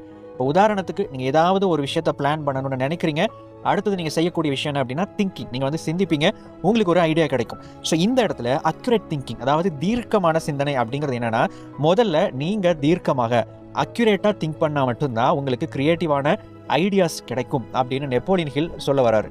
சரி, அக்யூரேட்டாக திங்க் பண்ணோம் அப்படின்னா அதுக்கு நீங்கள் சில விஷயங்கள் பண்ணணுங்க. முதலாவது என்ன பண்ணோம் அப்படின்னா, செப்பரேட் ஃபேக்ட்ஸ் ஃப்ரம் மியர் இன்ஃபர்மேஷன். நமக்கு ஒவ்வொரு நாளும் நிறைய தகவல்கள் கிடைச்சிக்கிட்டு இருக்கு. அங்கே அது நடந்துச்சு, இங்கே அது நடந்துச்சு, இது பண்ணால் அது நடக்கும், அதை பண்ணால் இது நடக்கும் அப்படின்லாம் சொல்லிட்டு. முதலாவது என்ன பண்ணோம் அப்படின்னா, இதனுடைய உண்மைத்தன்மை என்ன, நாம கேள்விப்படுற இந்த தகவல் அப்படிங்கிறது உண்மைதானா அப்படின்னு சொல்லிட்டு இந்த தகவலில் இருந்து உண்மையை வந்து பிரித்து நாம் அறியணும். ரெண்டாவது சரி அப்படியே உங்களுக்கு ஒரு உண்மை கிடைச்சிருச்சு, ஒரு ஃபேக்ட் அப்படிங்கிற ஒரு விஷயம் உங்களுக்கு கிடைக்குது, அதை பிரிச்சுட்டீங்க. ஸோ இங்கே என்ன பண்ணோம் அப்படின்னா, அது இம்பார்ட்டண்டான ஃபேக்டா அல்லது அன்இம்பார்ட்டண்டான ஃபேக்டா, இது முக்கியமான ஒரு விஷயம் தானா அல்லது முக்கியம் இல்லாத ஒரு உண்மையா, நமக்கு தேவையில்லாத ஒரு உண்மையா, சம்மந்தமே இல்லாத ஒரு உண்மையா அப்படின்னு நீங்கள் பிரித்து அறியணும். ஸோ இந்த இடத்துல நாம் நிறைய விஷயங்களை அது உண்மையாகவே இருந்தாலும் கூட நாம் நிறையா கேள்விப்படுவோம், நிறையா கேட்டுக்குவோம், நிறையா தெரிஞ்சு வச்சுக்குவோம். ஆனால் உண்மையாகவே ஏதாவது ஒரு விதத்தில் அது நமக்கு முக்கியத்துவப்படணும். முக்கியத்துவம் படலை, நமக்கு எந்த விதத்துலையும் அது நமக்கு சம்மந்தமே இல்லை, ஆனால் அது உண்மைதான். இந்த மாதிரி ஆயிரக்கணக்கில் உண்மைகளை நம்முடைய மனதில் பதிய வைக்கிறதுனால நமக்கு எந்த பிரயோஜனமும் கிடைக்க போவது இல்லை. உங்களுக்கு என்ன தேவையோ அது சார்ந்த உண்மைகளை நீங்கள் பிரித்து அதை நீங்கள் நிறையா தெரிஞ்சுக்க ஆரம்பிக்கணும். இதுதான் நீங்கள் அக்யூரேட்டாக திங்க் பண்ணுறதுக்கான முக்கியமான ஒரு வழி. இந்த அக்யூரேட்டாக திங்க் பண்ணுறவங்க கிட்ட ஒரு கேரக்டர் இருக்குங்க. அது என்னென்னா, அவங்களுடைய திங்கிங்கை வேறு யாரையும் அவங்க செய்ய விட மாட்டாங்க. அவங்க எப்படி சிந்திப்பாங்க அப்படின்னா, அவங்க மற்றவங்க கிட்ட இருந்து நிறையா ஐடியாஸ் எடுத்துக்குவாங்க, நிறையா இன்ஃபர்மேஷனை கேதர் பண்ணுவாங்க, நிறைய ஃபேக்டை கூட கேதர் பண்ணுவாங்க, மற்றவங்க சொல்கிற எல்லா விஷயங்களையும் கேட்பாங்க. ஆனால் முடிவை இவங்களாகத்தான் எடுப்பாங்க. காரணம் என்ன அப்படின்னா, யாரோ ஒருத்தங்க சிந்திச்சு யாரோ ஒருத்தங்க இது சரி அப்படின்னு முடிவு பண்ணி அவங்க எடுத்த அந்த சிந்தனையின் அடிப்படையில் இவங்க செயல்பட மாட்டாங்க. மற்ற எல்லா விஷயங்களையும் வச்சு எல்லா தரவுகளையும் ஒன்றா இணைச்சு எது சரி எது தவறு, இதை பண்ணி பார்க்கலாம், இதை பண்ணினா என்ன விளைவு கிடைக்கும் அப்படின்னு சொல்லிட்டு இந்த அக்யூரேட்டாக திங்க் பண்ணுறவங்க அவங்க சுயமாக முடிவெடுக்கக்கூடிய தன்மை வாய்ந்தவர்களாக இருப்பாங்க. இப்போ அடுத்த பாடத்தை பார்க்கலாம். லெசன் 12, கான்சன்ட்ரேஷன், கவன குவிப்பு அப்படின்னு சொல்லலாம். சரி, இந்த கான்சன்ட்ரேஷன் அப்படின்னா என்ன அப்படின்னு முதல்ல புரிஞ்சுக்கலாம். கவன குவிப்பு அப்படிங்கிறது, நீங்கள் ஏதாவது ஒரு பர்டிகுலர் விஷயத்தின் மேலே உங்களுடைய கவனத்தை எவ்வளவு நேரம் குவிச்சு வச்சிருக்கிறீங்க, உங்களுடைய கவனம் மாறாமல் அப்படிங்கிறதான் இந்த இடத்துல கான்சன்ட்ரேஷன் அப்படின்னு அர்த்தம். இப்போ உதாரணத்துக்கு நம்ம மேலே இதுக்கு முன்னாடி பார்த்தா திங்கிங் அப்படின்னு சொல்லிட்டு பார்த்தோம், அக்யூரேட் திங்கிங் அப்படின்னு சொல்லிட்டு. நீங்கள் திங்க் பண்ணுறீங்க அப்படின்னா கான்சன்ட்ரேஷனோட திங்க் பண்ணணும். நீங்கள் ஒரு பர்டிகுலர் விஷயத்தை எடுத்து ஒரு சொல்யூஷனுக்காக நீங்கள் அதிகமாக யோசிக்கிறீங்க. அப்படி சிந்திக்கும் போது நீங்கள் உங்களுடைய கவனம் அந்த சிந்தனையில் எவ்வளவு நேரம் இருக்குதோ, அது எவ்வளோ குவாலிட்டியாக இருக்கோ அந்த அளவுக்கு உங்களுக்கு குவாலிட்டியான ஒரு ஐடியாஸ் கிடைக்கும். கவனம் சிதறிக்கொண்டே இருக்கும்போது உங்களுடைய அந்த குவாலிட்டி ஆஃப் ஐடியா அப்படின்னு சொல்லப்படுற அந்த யோசனையினுடைய தரம் அப்படிங்கிறது குறைந்துவிடும். இப்போ இந்த கான்சன்ட்ரேஷன் சம்பந்தமாக ஒரு முக்கியமான 3 ஐடியாஸை நாம் இப்போ பார்க்கலாம். முதலாவது அட்டென்ஷன் கிராபர், உங்களுடைய கவனத்தை ஈர்க்கக்கூடிய ஒரு ஈர்ப்புத்தன்மை கொண்ட சில விஷயங்கள் இருக்குது. இப்போ பொதுவாக இன்னைக்கு இருக்கக்கூடிய மக்களில் நிறைய பேர் பார்த்தீங்கன்னா இந்த அட்டென்ஷன் கிராபர்னால பாதிக்கப்பட்டிருக்கிறாங்க. அது என்ன அட்டென்ஷன் கிராபர் அப்படின்னா, அவங்களுடைய கவனத்தை ஏதாவது ஒரு விஷயம் பிடிச்சி இழுத்து வச்சிருக்கணும். ஒரு படம் இருக்குது அப்படின்னா, ஒரு 2.5 மணி நேரம் ஒரு படம் பார்க்குறாங்க அப்படின்னா, அந்த 2.5 மணி நேரம் படத்தில் அந்த வியூவருடைய அந்த ஆடியன்ஸுடைய கவனத்தை அந்த படம் ஈர்த்து வச்சிருந்துச்சு அப்படின்னா அது நல்ல படம் அப்படின்னு நிறைய பேர் நினைச்சதை பார்த்துக்கிட்டு இருக்கிறாங்க. நிறைய பேர் ஒரு வீடியோ இருக்குது அப்படின்னா, இது ரொம்ப போரிங்காக இருக்குது, சும்மா ஒரு ராவா ஒரு விஷயத்தை ஏதோ பண்ணிக்கிட்டே இருக்கிறாங்க அப்படின்னு சொல்லிட்டு நிறைய பேர் என்ன பண்ணுறாங்கன்னா, எது அவங்களுடைய அதிகமான கவனத்தை ஈர்க்குதோ அல்லது அவங்களை நல்லா என்டர்டெயின் பண்ணுதோ, அவங்களுடைய மைண்ட் மாற விடாமல் அந்த வீடியோலேயே பிடிச்சி வச்சிருக்குதோ அது நல்ல வீடியோ அப்படின்னு நினச்சிக்கிட்டு இருக்கிறாங்க. ஆக்சுவலி ஒரு புக்கு படிக்கிறாங்க. அந்த புக்கை படிக்கும்போது எந்த ஒரு புக்கு ரொம்ப விறுவிறுன்னு போகுதோ, ரொம்ப வேகமாக போகுதோ, ரொம்ப ஈஸியாக இருக்கோ அந்த புக்கு நல்ல புக்கு அப்படின்னு நினச்சிக்கிட்டு இருக்கிறாங்க. நண்பர்களே, இது எல்லாமே அட்டென்ஷன் கிராபர், அதாவது உங்களுடைய கவனத்தை அதை ஈர்க்கக்கூடிய தன்மைகள் அந்த விஷயங்கள் இருக்குது, அந்த படத்துக்கிட்ட அல்லது அந்த புத்தகங்கள் கிட்ட அந்த வீடியோஸில் இருக்குது. பட் இது தவறு அப்படின்னு நான் சொல்ல வரல. ஆனால் எப்பவுமே ஒருத்தர் இந்த அட்டென்ஷன் கிராபர்னால மட்டுமே ஈர்க்கப்பட்டு கொண்டிருக்கிறார் அப்படின்னா உண்மையாகவே தரமான குவாலிட்டியான ஒரு எஜுகேஷனை அவரால் லேர்ன் பண்ண முடியாது. சில நேரத்தில் போரிங்கான விஷயத்தையும் நம்ம எடுத்து தான் ஆராய்ச்சி பண்ண வேண்டியது இருக்குது. ஸோ அட்டென்ஷன் கிராபர்னால ஒரு நபர் பாதிக்கப்பட்டிருக்க கூடாது. இரண்டாவது ஆட்டோ சஜஷன். ஆட்டோ சஜஷன் அப்படின்னா இந்த இடத்துல நம்ம டெக்னிக் அப்படின்னு எடுத்துக்கிறத விட உங்களுக்கு நீங்களே சொல்லிக்கிற ஒரு சுயமான கட்டளை அப்படின்னு வச்சுக்கோங்க. இந்த இடத்துல ஆட்டோ சஜஷனை எப்படி இது பண்ணலாம் அப்படின்னா, நீங்கள் எந்த பர்டிகுலர் விஷயத்தை கவனம் செலுத்தணுமோ அதை உங்களுக்கு நீங்களே செல்ஃபாக ரிமைண்ட் பண்ணிக்கிட்டே இருக்கணும். நீங்கள் சுயமாக நினைவுபடுத்தி கொண்டே இருக்க வேண்டும், ஞாபகப்படுத்தி கொண்டே இருக்க வேண்டும். இதை கவனி, கான்சன்ட்ரேஷன் மிஸ் ஆகுது, அது அங்கே போகாத இங்கே போகாத, உன்னுடைய கவனத்தை இதன் மேலேயே இருக்கச்சை அப்படின்னு சொல்லிட்டு உங்களுடைய மைண்டுக்கு நீங்கள் சுயமாக கட்டளை கொடுத்து கொள்ள வேண்டும். அப்படி நீங்கள் கட்டளை கொடுக்க உங்களுடைய மனம் கட்டுப்பட அந்த மனதை உங்களுடைய கட்டுப்பாட்டுக்குள்ளே கொண்டு வர முடியும். அதாவது எதன் மேலே நீங்கள் அதிகமாக கவனம் செலுத்தணும் அப்படின்னு நினைக்கிறீங்களோ அது மேலே அதிகமான கவனம் செலுத்துவதற்கு உங்களுடைய மனதை பழக்க முடியும். ஸோ ஆட்டோ சஜஷன் அப்படிங்கிற இடத்துல என்ன அப்படின்னா, நீங்கள் உங்களுடைய மனதிற்கு கட்டளை கொடுத்து கட்டுப்படுத்த முயற்சி செய்வது. உங்கள் மனசுக்கு நீங்கள் கமாண்ட் பண்ணணும். இப்போது நான் இந்த புத்தகத்தை ஒரு 1 மணி நேரம் படிக்க போகிறேன், நான் வேறு எந்த ஒரு விஷயத்தை பற்றி நான் நினைக்க போகிறது கிடையாது, இந்த புத்தகத்தில் இருக்கக்கூடிய கருத்தை பற்றி மட்டும் தான் நான் சிந்திக்க போகிறேன் அப்படின்னு ஒரு தீர்க்கமான முடிவு எடுத்துட்டு நீங்கள் படிக்க ஆரம்பிக்கணும். மைண்டு மாறுதா கவனிக்கணும், மைண்டு மாறுது படி அப்படின்னு சொல்லிட்டு திரும்ப அந்த புத்தகத்தில் உங்களுடைய கவனத்தை திசை திருப்ப வேண்டும். இப்படி பண்ண உங்களுடைய திசை திருப்பக்கூடிய அந்த விஷயங்கிறது குறைஞ்சு கான்சென்ட்ரேஷன் அப்படிங்கிறது அதிகமாகும். 3வது ஃபோக்கஸ். இந்த ஃபோக்கஸ் அப்படின்னாவே ஒரு விஷயம் நமக்கு ஞாபகம் வரும். அது என்ன அப்படின்னா லென்ஸ். அது வந்து ஒரு கேமரா லென்ஸாக இருந்தாலும் சரி, அல்லது நம்ம வந்து சின்ன வயசில் சூரிய ஒளியில் அந்த பூத கண்ணாடியை வச்சு அந்த லென்ஸை வச்சு ஒரு பேப்பர் வந்து ஏறிய வச்சிருப்போம். இது வந்து நிறைய பேர் நம்ம வந்து ஒரு விளையாட்டை வந்து பண்ணியிருப்போம். இதிலிருந்து நம்ம கற்றுக்க வேண்டிய ஒரு முக்கியமான ஒரு 3 பாடம் இருக்குது. முதலாவது பாடம் என்ன அப்படின்னா ஃபோக்கஸ். அந்த ஃபோக்கஸ் அப்படிங்கிறது நீங்கள் கரெக்டாக அந்த பேப்பரில் வந்து அந்த லென்ஸை நீங்கள் வைக்கும்போது, பூத கண்ணாடியை வைக்கும்போது அது என்ன பண்ணும், அந்த ஒளி அப்படிங்கிறது வந்து அப்படியே ஒரு வட்டமாக இருக்கும். அந்த வட்டத்தை நீங்கள் சிறுசு பண்ண ஆரம்பிப்பீங்க. அப்போ தான் வந்து அதில் வந்து ஈஸியாக தீ பிடிக்கும். அப்படின்னா என்ன அர்த்தம் அப்படின்னா, அந்த சூரிய ஒளியை நீங்கள் வந்து ஒரே ஒரு மையக்கோட்டில் கொண்டு வரீங்க, ஒரு புள்ளியில் கொண்டு வர முயற்சி பண்ணுறீங்க. அந்த எனர்ஜியை பூரா நீங்கள் வந்து ஒரே புள்ளியில் குவிக்கிறதுக்கு நீங்கள் முயற்சி பண்ணுறீங்க. இது வந்து முதலாவது ஒரு விஷயம். உங்களுடைய எல்லா ஆற்றலையும், உங்களுடைய எல்லா சிந்தனைகளையும் நீங்கள் ஒரு பர்டிகுலர் விஷயத்தில் நீங்கள் குவிக்கணும். இதுதான் வந்து இது சொல்லித்தர பாடம். 2வது என்ன அப்படின்னு பார்த்தீங்கன்னா, அது வந்து கொஞ்ச நேரத்துக்கு அப்புறம் என்ன ஆகும், அது சூடாக ஆரம்பிக்கும். தீ பிடிக்கிறதுக்கு முன்னாடி சூடாக ஆரம்பிக்கும். ஸோ இதுதான் வந்து 2வது விஷயம். இந்த இடத்துல என்ன அப்படின்னா, சூடாகும் போது, அதாவது உங்களுடைய எல்லா ஆற்றலையும் நீங்கள் வந்து ஒரு பர்டிகுலர் விஷயத்தில் ஒரு சொல்யூஷனுக்காக உங்களுடைய மைண்டை ஃபோக்கஸ் பண்ணும்போது உங்களுடைய மனசு சூடாகும், உங்களுடைய மூளை சூடாகும், உங்களுடைய கிரியேட்டிவிட்டி சூடாகும். அப்போ அங்கே என்ன நடக்கும் அப்படின்னா, நிறைய கிரியேட்டிவ் ஐடியாஸ் உருவாகும். அதுக்கப்புறம் உங்களுடைய மைண்டு வந்து பார்த்தீங்கன்னா அதற்கான விஷயங்களை வந்து தேட ஆரம்பிக்கும், அதுக்கான விஷயங்களை அனலைஸ் பண்ண ஆரம்பிக்கும். இதுதான் வந்து 2வது ஸ்டேஜ். 3வது ஸ்டேஜ் என்ன அப்படின்னா, அது தீப்பிடிக்க ஆரம்பிக்கும். உங்களுக்கு திடீர்னு ஒரு ஸ்பார்க் கிடைக்கும், ஒரு ஐடியாஸ் கிடைக்கும், ஒரு ஆக்ஷன் பிளான் கிடைக்கும். திடீர்னு நீங்கள் ஏதோ ஒரு ப்ராப்ளத்துக்காக நீங்கள் தேடிக்கிட்டு இருந்த ஒரு யோசனை ஒரு செகண்டில் உங்களுக்கு வந்து கிடைக்கும். ஸோ அப்படி வரும்போது என்ன நடக்கும் அப்படின்னா, உங்களுக்கு ஒரு செயல் திட்டம் கிடைக்கும், அல்லது நீங்கள் அதை செயல் செய்வதற்கான எக்ஸாக்டான ஒரு பிளான், ஒரு மேப் உங்களுக்கு கிடைச்சிடும். இந்த 3 விஷயத்தை நீங்கள் கரெக்டாக பண்ணுறீங்க அப்படின்னா, ஃபோக்கஸ் அப்படிங்கிற ஒரு விஷயத்தை கரெக்டாக பண்ணுறீங்க அப்படின்னு அர்த்தம். உங்களுடைய மனசு அப்படிங்கிறது இந்த ஒரு மேக்னிஃபைங் கிளாஸ் மாதிரி, அந்த பூத கண்ணாடி மாதிரி. நீங்கள் கரெக்டாக ஃபோக்கஸ் பண்ணால் இந்த 3 விஷயங்கள் நடக்கும். இந்த 3 விஷயம் நடந்துச்சுன்னா நீங்கள் கரெக்டாக கான்சென்ட்ரேட் பண்ணுறீங்க அப்படின்னு அர்த்தம். ஸோ நீங்கள் எந்த அளவுக்கு நல்ல குவாலிட்டியாக தரமாக கான்சென்ட்ரேட் பண்ணுறீங்களோ அந்த அளவுக்கு தரமான ஐடியாஸ், தரமான பிளான்ஸ், தரமான செயல்கள் உங்ககிட்ட இருந்து வெளிப்படும். அப்படி வெளிப்படும் போது நிச்சயமாக உங்களுடைய இலக்கை நோக்கி அடுத்தடுத்த படிகளுக்கு நீங்கள் பயணித்துக் கொண்டே இருப்பீர்கள். Lesson 13 cooperation. இந்த கோஆப்ரேஷன் அப்படின்னு வரும்போது, ஒத்திசைவு அப்படின்னு வரும்போது இதில் வந்து 2 விதங்கள் இருக்குங்க. முதலாவது விதம் அப்படிங்கிறது வந்து மற்றவர்களோடு நாம் ஒத்திசைவாக நடந்து கொள்வது, கோஆப்ரேட்டிவாக நடந்துக்கிறது. அதாவது நாம் மற்றவங்களுக்கு சப்போர்ட்டிவாக இருக்கிறது, மற்றவங்க நமக்கு சப்போர்ட்டிவாக நடந்துக்கிறது அப்படின்னு சொல்லலாம். வெற்றி அடைகிறதுக்கு ரொம்ப முக்கியமானது இது அப்படின்னு சொல்லிட்டு நம்ம போன பகுதிகளில் வந்து பார்த்தோம்.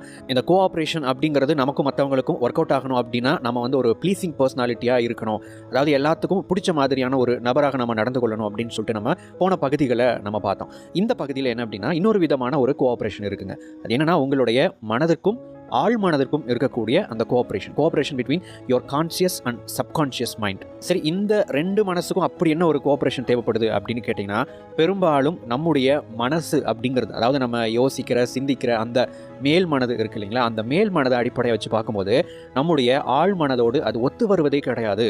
அந்த பெரும்பாலும் நம்ம இந்த சீக்ரெட் லா ஆஃப் அட்ராக்ஷன் சம்மந்தமாக நிறைய விஷயங்களை நாம் பின்பற்றணும் அப்படின்னு நினைக்கும் போது, அல்லது அந்த மாதிரி வீடியோஸ், புத்தகங்கள், சீக்ரெட் மூவி இதெல்லாம் வந்து பார்க்கும்போது நமக்குள்ள ஒரு ஆசை தூண்டப்படும். அந்த ஆசைகள் எது சார்ந்ததாக இருக்கும் அப்படின்னு கேட்டிங்கன்னா, இதெல்லாம் கிடைச்சா எனக்கு நல்லா இருக்குமா, என்னுடைய லைஃப் வந்து சூப்பராக இருக்கும் அப்படிங்கிற அந்த ஒரு ஆசை நமக்குள்ளே தூண்டப்படும். ஸோ இது வந்து ஒரு பகுதியில் நடக்குது. இன்னொரு பகுதியில் என்ன நடக்குதுன்னு கேட்டிங்கன்னா, என்னதான் நம்ம ஆசைப்பட்டாலும் நம்முடைய மனம் அப்படிங்கிறது நம்முடைய ஆழ்மனதோடு ஒரு கோஆப்ரேஷன் அந்த இடத்துல வந்து சுத்தமாக ஒர்க் அவுட்டே ஆகாது.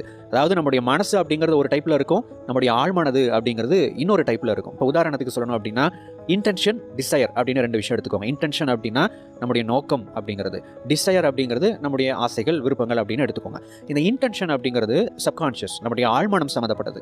உங்களுடைய ஆழ்மனதில் நீங்கள் ஒவ்வொரு விஷயத்தையும் ஏன் செய்கிறீங்க, எவ்வளோ தூரம் செஞ்சால் போதும் அப்படின்னு ஒரு கணக்கு இருக்குது. இப்போ உதாரணத்துக்கு நீங்கள் வந்து சம்பாதிக்கிறீங்க அப்படின்னா, எதுக்காக நீங்கள் சம்பாதிக்கிறீங்க, என்ன முக்கியமான ஒரு தேவை அப்படிங்கிற ஒரு விஷயம் வந்து உங்களுடைய மனசில் வந்து பதிவாக இருக்கும். பெரும்பாலும் நிறைய நபர்களுக்கு வந்து இந்த சம்பாதித்தல் அப்படிங்கிறது ஒரு சர்வைவலுக்கான ஒரு விஷயமாக பதிவாக இருக்கும்போது போது அதை தாண்டின விஷயங்களை வந்து நம்மளால் ஃபோக்கஸ் பண்ண முடியாமல் போகுது. ஆனால் நமக்குள்ள டிசையர்ஸ் நிறையா இருக்கும், நிறைய விருப்பங்கள், நிறைய ஆசைகள் இருக்கும். ஆனால் நம்முடைய இன்டென்ஷனோடு அது பொருந்தி போகாது. என்னுடைய நோக்கம் வந்து இவ்வளோ சம்பாதிச்சா போதுங்க, இவ்வளோ பண்ணால் போதும் அப்படிங்கிற ஒரு மிகப்பெரிய ஒரு எண்ணம், நோக்கம் எனக்குள்ளே இருக்கும்போது, என்னுடைய ஆழ்மனதில் இருக்கும்போது, அது வந்து என்னுடைய ஆழ்மனதுக்கு தெரியும் போது, என்னுடைய மேல் மனதின் மூலமாக நிறைய ஆசைப்படலாம். ஆனால் இதோட அது மேட்ச் ஆகாது. ஸோ அப்போ மேட்ச் ஆகாமல் இருக்கும்போது என்னுடைய ஆசைகள் எல்லாத்தையும் நான் வந்து நிறைவேற்றுவதற்கு நான் எந்த முயற்சியும் எடுக்க மாட்டேன், அல்லது அதற்கான எந்த விஷயத்தையும் நான் வந்து தேடாமல் இருப்பேன்.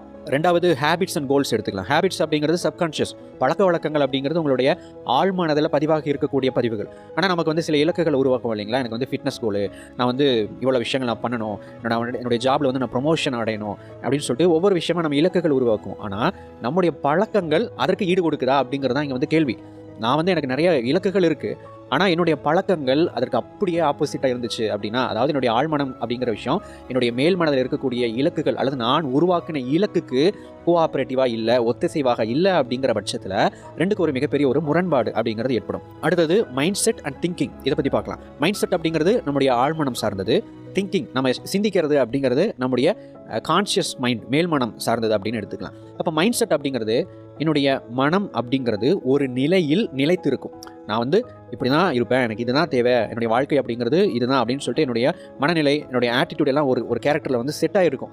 ஆனால் நான் வேறு மாதிரி யோசிப்பேன். நான் அப்படி பண்ணணும், இப்படி பண்ணணும், அதை பண்ணணும், இதை பண்ணணும், அப்படி நடக்கலையே, இப்படி நடக்கலையே அப்படின்னு சொல்லிட்டு நான் போய் என்ன பண்ணேன் அப்படின்னா ஓவராக நான் வந்து திங்க் பண்ணிக்கிட்டே இருப்பேன். இப்போ இந்த இடத்துல என்ன நடக்குது, என்னுடைய மைண்ட் செட்டும் என்னுடைய திங்கிங்கும் ஒத்து வரல, அது கோஆப்ரேட்டிவாக இல்லை. அது ஒன்று இருக்குது, இது ஒன்று இருக்குது, அதில் ஒரு பதிவு இருக்குது, நான் நினைக்கிறது ஒன்றா இருக்குது. இந்த ஒரு கோஆப்ரேஷனுங்கிற ஒரு விஷயம் உங்களுடைய ஆழ் மனதிற்கும் உங்களுடைய மேல் மனதிற்கும் ஒரு இணைவு அப்படிங்கிற ஒரு விஷயம் இல்லாததுனால தான் நம்மளால் ஒரு விஷயத்தை நோக்கி சரியாக பயணிக்க முடியவில்லை அப்படின்னு நெப்போலியன் ஹில் சொல்ல வர்றாரு. இப்போது இதை வந்து ஒத்து வர வைக்கணும் அப்படின்னா இதுக்கு வந்து ரெண்டு வழி இருக்குங்க. ஒன்று, என்னுடைய ஆழ் மனதில் என்ன இன்டென்ஷன், நோக்கம் இருக்கோ, எனக்கு என்ன பழக்கம் இருக்கோ, எனக்கு என்னுடைய மைண்ட் செட் இருக்கோ, அது அப்படியே இருக்கட்டும்ப்பா, எனக்கு நடக்கிறது நடக்கணும் அப்படின்னு விட்டுறது. இன்னொரு வழி இருக்குது. அது என்ன அப்படின்னா, என்னுடைய ஆழ் மனதில் இருக்கக்கூடிய என்னுடைய நோக்கத்தை மாற்றுவது, என்னுடைய பழக்க வழக்கங்களை மாற்றுவது, என்னுடைய மனநிலையை மாற்றுவது. இது கொஞ்சம் கடினமானது. முதல் பாயிண்ட் வந்து ரொம்ப ஈஸி, ரெண்டாவது விஷயம் வந்து கொஞ்சம் கடினமாக இருக்கும். பட் இதை செய்யணும் அப்படின்னா முதலாவது நீங்கள் தள்ளி போடும் பழக்கத்தை விரட்டி அடிக்க வேண்டும். இதுதான் நீங்கள் செய்ய வேண்டிய ஒரு முக்கியமான விஷயம். சரி, அதற்கு நான் என்ன பண்ணணும் அப்படின்னா நெப்போலியன் ஹில் ஒரு 3 பாயிண்ட் சொல்கிறாருங்க. முதலாவது என்ன அப்படின்னா, ஒவ்வொரு நாளின் தொடக்கத்தில் உங்களுக்கு கடினமாக தோன்றும் வேலையை செய்யும் பழக்கத்தை ஏற்படுத்திக் கொள்ளுங்கள். வேலையாக உங்களுக்கு எது கடினமானதாக இருக்குமோ அந்த வேலையை நீங்கள் செஞ்சு முடிக்கணும். மார்க் ட்வைன் சொன்ன மாதிரி தவளை சாப்பிட்றது தான் உங்களுடைய தொழில்னு ஆயிடுச்சுன்னா இருக்கிறதுலையே பெரிய தவளையை முதல் எடுத்து சாப்பிடணும் அப்படின்னு சொல்லிட்டு மார்க் ட்வைன் சொல்கிற மாதிரி தான் இந்த விஷயம். உங்களுக்கு வந்து ஒரு பெரிய வேலை, ஒரு கஷ்டமான ஒரு வேலை, ஒரு கஷ்டமான ஒரு ப்ராஜெக்ட் இருக்குது அப்படின்னா அதை முதல்ல செய்யுங்க. ரெண்டாவது, உன்னால் என்ன செய்ய முடியும் என்று அவர்களிடம் சொல்லாதே, உன்னால் என்ன செய்ய முடியும் என்பதை செய்து காட்டு. இந்த கோட்டை பிரிண்ட் அவுட் எடுத்து உங்களுடைய பெட்ரூம்லையும் நீங்கள் வேலை செய்கிற இடத்துலையும் ஒட்டி வைங்க.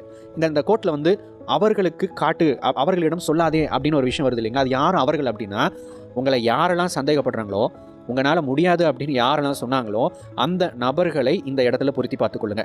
யாரெல்லாம் உங்கள் மேலே நம்பிக்கை வைக்கலையோ அல்லது யாரெல்லாம் உங்களை நம்பலையோ அவங்களையெல்லாம் இந்த இடத்துல வச்சுக்கோங்க. அவங்க எல்லாத்துக்கும் நீங்கள் செஞ்சு காட்டணும். உங்களால் என்ன செய்ய முடியும் அப்படின்னு மற்றவங்களை கன்வின்ஸ் பண்ண ட்ரை பண்ணுறதை விட செயல்கள் மூலமாக செய்து காட்டுங்கள். இந்த கோட்டை நீங்கள் ஒவ்வொரு நாளும் பார்க்கும்படியாக உங்களுடைய பெட்ரூம்லையும் ஒர்க் ஸ்பேஸ்லையும் நீங்கள் வந்து ஒட்டி வைக்கணும். மூன்றாவது, நாளை செய்து முடிக்க வேண்டிய அனைத்தையும் நான் செய்வேன்.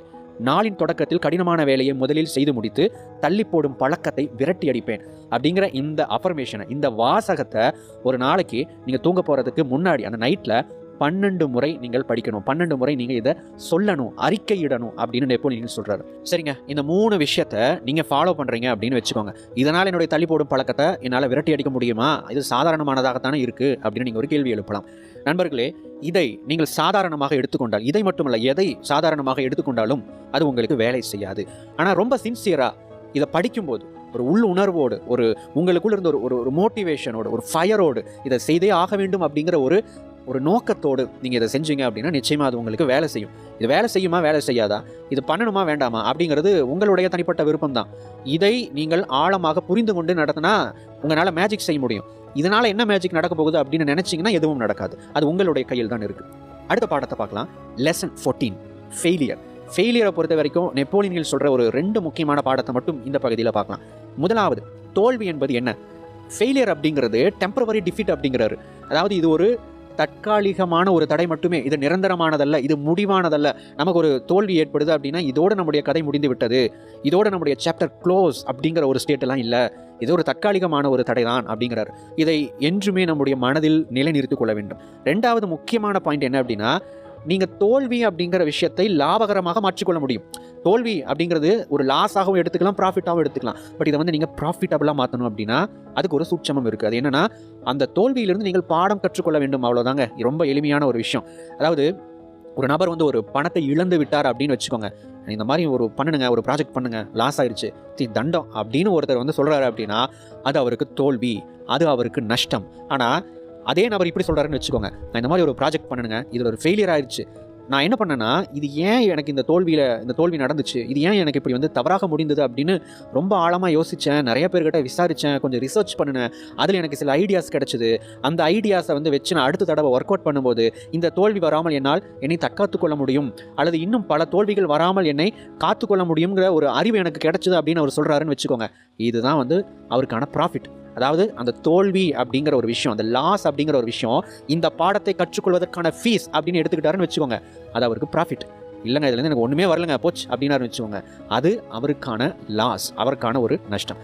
நண்பர்களே, நம்முடைய தோல்விகளை, உங்களுடைய தோல்விகளை நீங்கள் நஷ்டமாக ஏற்றுக்கொள்ளப் போகிறீர்களா அல்லது அதை லாபகரமானதாக மாற்றிக்கொள்ளப் போகிறீர்களா? இந்த ரெண்டுமே உங்களுக்கு முன்னாடி இருக்கு நண்பர்களே. எதை நீங்கள் தேர்வு செய்கிறீர்களோ அது உங்களுடையதாகும். நம்ம இதெல்லாம் ஏன் கேட்கணும் அப்படின்னா, தோல்வியை தோல்வியாக ஏற்றுக்கொள்வதற்காக அல்ல, தோல்வியை தழுவுவதற்காக அல்ல நண்பர்களே. இந்த தோல்வியை லாபகரமானதாக மாற்றிக்கொள்வதற்காக. உங்களுடைய மனநிலையை அதிலிருந்து மாற்றி விடுங்க. இதை எப்படி ஒரு பாடமாக மாற்றிக்கொள்ள முடியும், இதிலிருந்து எப்படி என்னால் கற்றுக்கொள்ள முடியும் அப்படின்னு ஒரு கேள்வியை மட்டும் கேளுங்க. உங்களுடைய மனசு உங்களுக்கு நிறைய பதில்களை கொடுக்கும். நிச்சயமாக அது உங்களுடைய வாழ்க்கையில் மிகப்பெரிய மாற்றங்களை உருவாக்கும். லெசன் 15 டாலரன்ஸ், சகிப்புத்தன்மை. இந்த சகிப்புத்தன்மையின்மை அப்படிங்கிற ஒரு டாப்பிக்கை பற்றி நெப்போலியன் ஹில் இந்த பகுதியில் வந்து ரொம்ப விரிவாக பேசியிருப்பார். அதில் வந்து ரொம்ப முக்கியமான ஒரு பாயிண்ட், ஒரு டேக்அவே அப்படின்னு சொன்னீங்கன்னா, இன்டாலரன்ஸ் அப்படிங்கிறது வந்து ஒரு வகையான அறியாமை அப்படின்னு நெப்போலியன் ஹில் சொல்லியிருப்பார். அதாவது நமக்குள்ளே வந்து ஒரு பொறுமை இல்லாத, ஒரு சகிப்புத்தன்மை இல்லாத, ஒரு விஷயத்தை பொறுத்து கொள்ள முடியாமல் உடனே செயல்படக்கூடிய ஒரு தன்மை வந்து பல பேர்கிட்ட இன்னைக்கு காணப்படுது. எந்த துறையாக இருந்தாலும் அந்த இடத்துல வந்து சில நேரத்தில் ஒரு கால அவகாசமோ அல்லது நம்ம பொறுத்து போக வேண்டிய, சகித்து போக வேண்டிய சில விஷயங்கள், சில சூழ்நிலைகள், சம்பவங்கள் நமக்கு நேரலாம். அந்த தருணத்தில் நாம் பொறுத்து கொள்ள முடியாமல் எடுக்கக்கூடிய சில தவறான முடிவுகள் தான் நம்முடைய தவறான விளைவுகளுக்கு காரணமாக அமையுது அப்படிங்கிற ஒரு கருத்தையும் இந்த இடத்துல ஆழமாக நெப்போலியன் ஹில் சொல்லியிருப்பார். இந்த இடத்துல இந்த இன்டாலரன்ஸ், பொறுத்து கொள்ளாமை, சகிப்புத்தன்மை இன்மை அப்படிங்கிறது ஒரு அறியாமையின் காரணமாக செய்து கொண்டிருக்கிறார்கள். அப்போ இதை எப்படி நம்ம ரெக்டிஃபை பண்ணலாம் அப்படின்னு கேட்டிங்கன்னா, சிம்பிளா நீங்கள் அடுத்த முறை நமக்குள்ள ஒரு சகிப்புத்தன்மை நம்மகிட்ட இருந்து இழக்கிறோம் அப்படின்னு நமக்கு தோணும்போது, நாம் இதை சகித்துக்கொள்ள வேண்டுமா, நாம் இதை பொறுத்து தான் போக வேண்டுமா, அல்லது நம்ம வந்து இந்த இடத்துல உடனடியாக நம்ம வந்து ஏதாவது ஒரு முடிவு எடுக்கணுமா, நம்ம எடுக்கக்கூடிய இந்த முடிவானது நான் வந்து கோபப்பட்டோ அல்லது ரொம்ப எமோஷ்னலாகியோ உணர்ச்சி வசப்பட்டோ எடுக்கக்கூடிய ஒரு முடிவா அப்படிங்கிற சில கேள்விகளை நம்முடைய மனசில் கேட்டுக்கொண்டு, நம்முடைய மனதை அமைதிப்படுத்தி கொண்டு அதுக்கப்புறம் நம்ம முடிவு எடுக்கிறது வந்து ஒரு சிறந்த தீர்வாக அமையும்.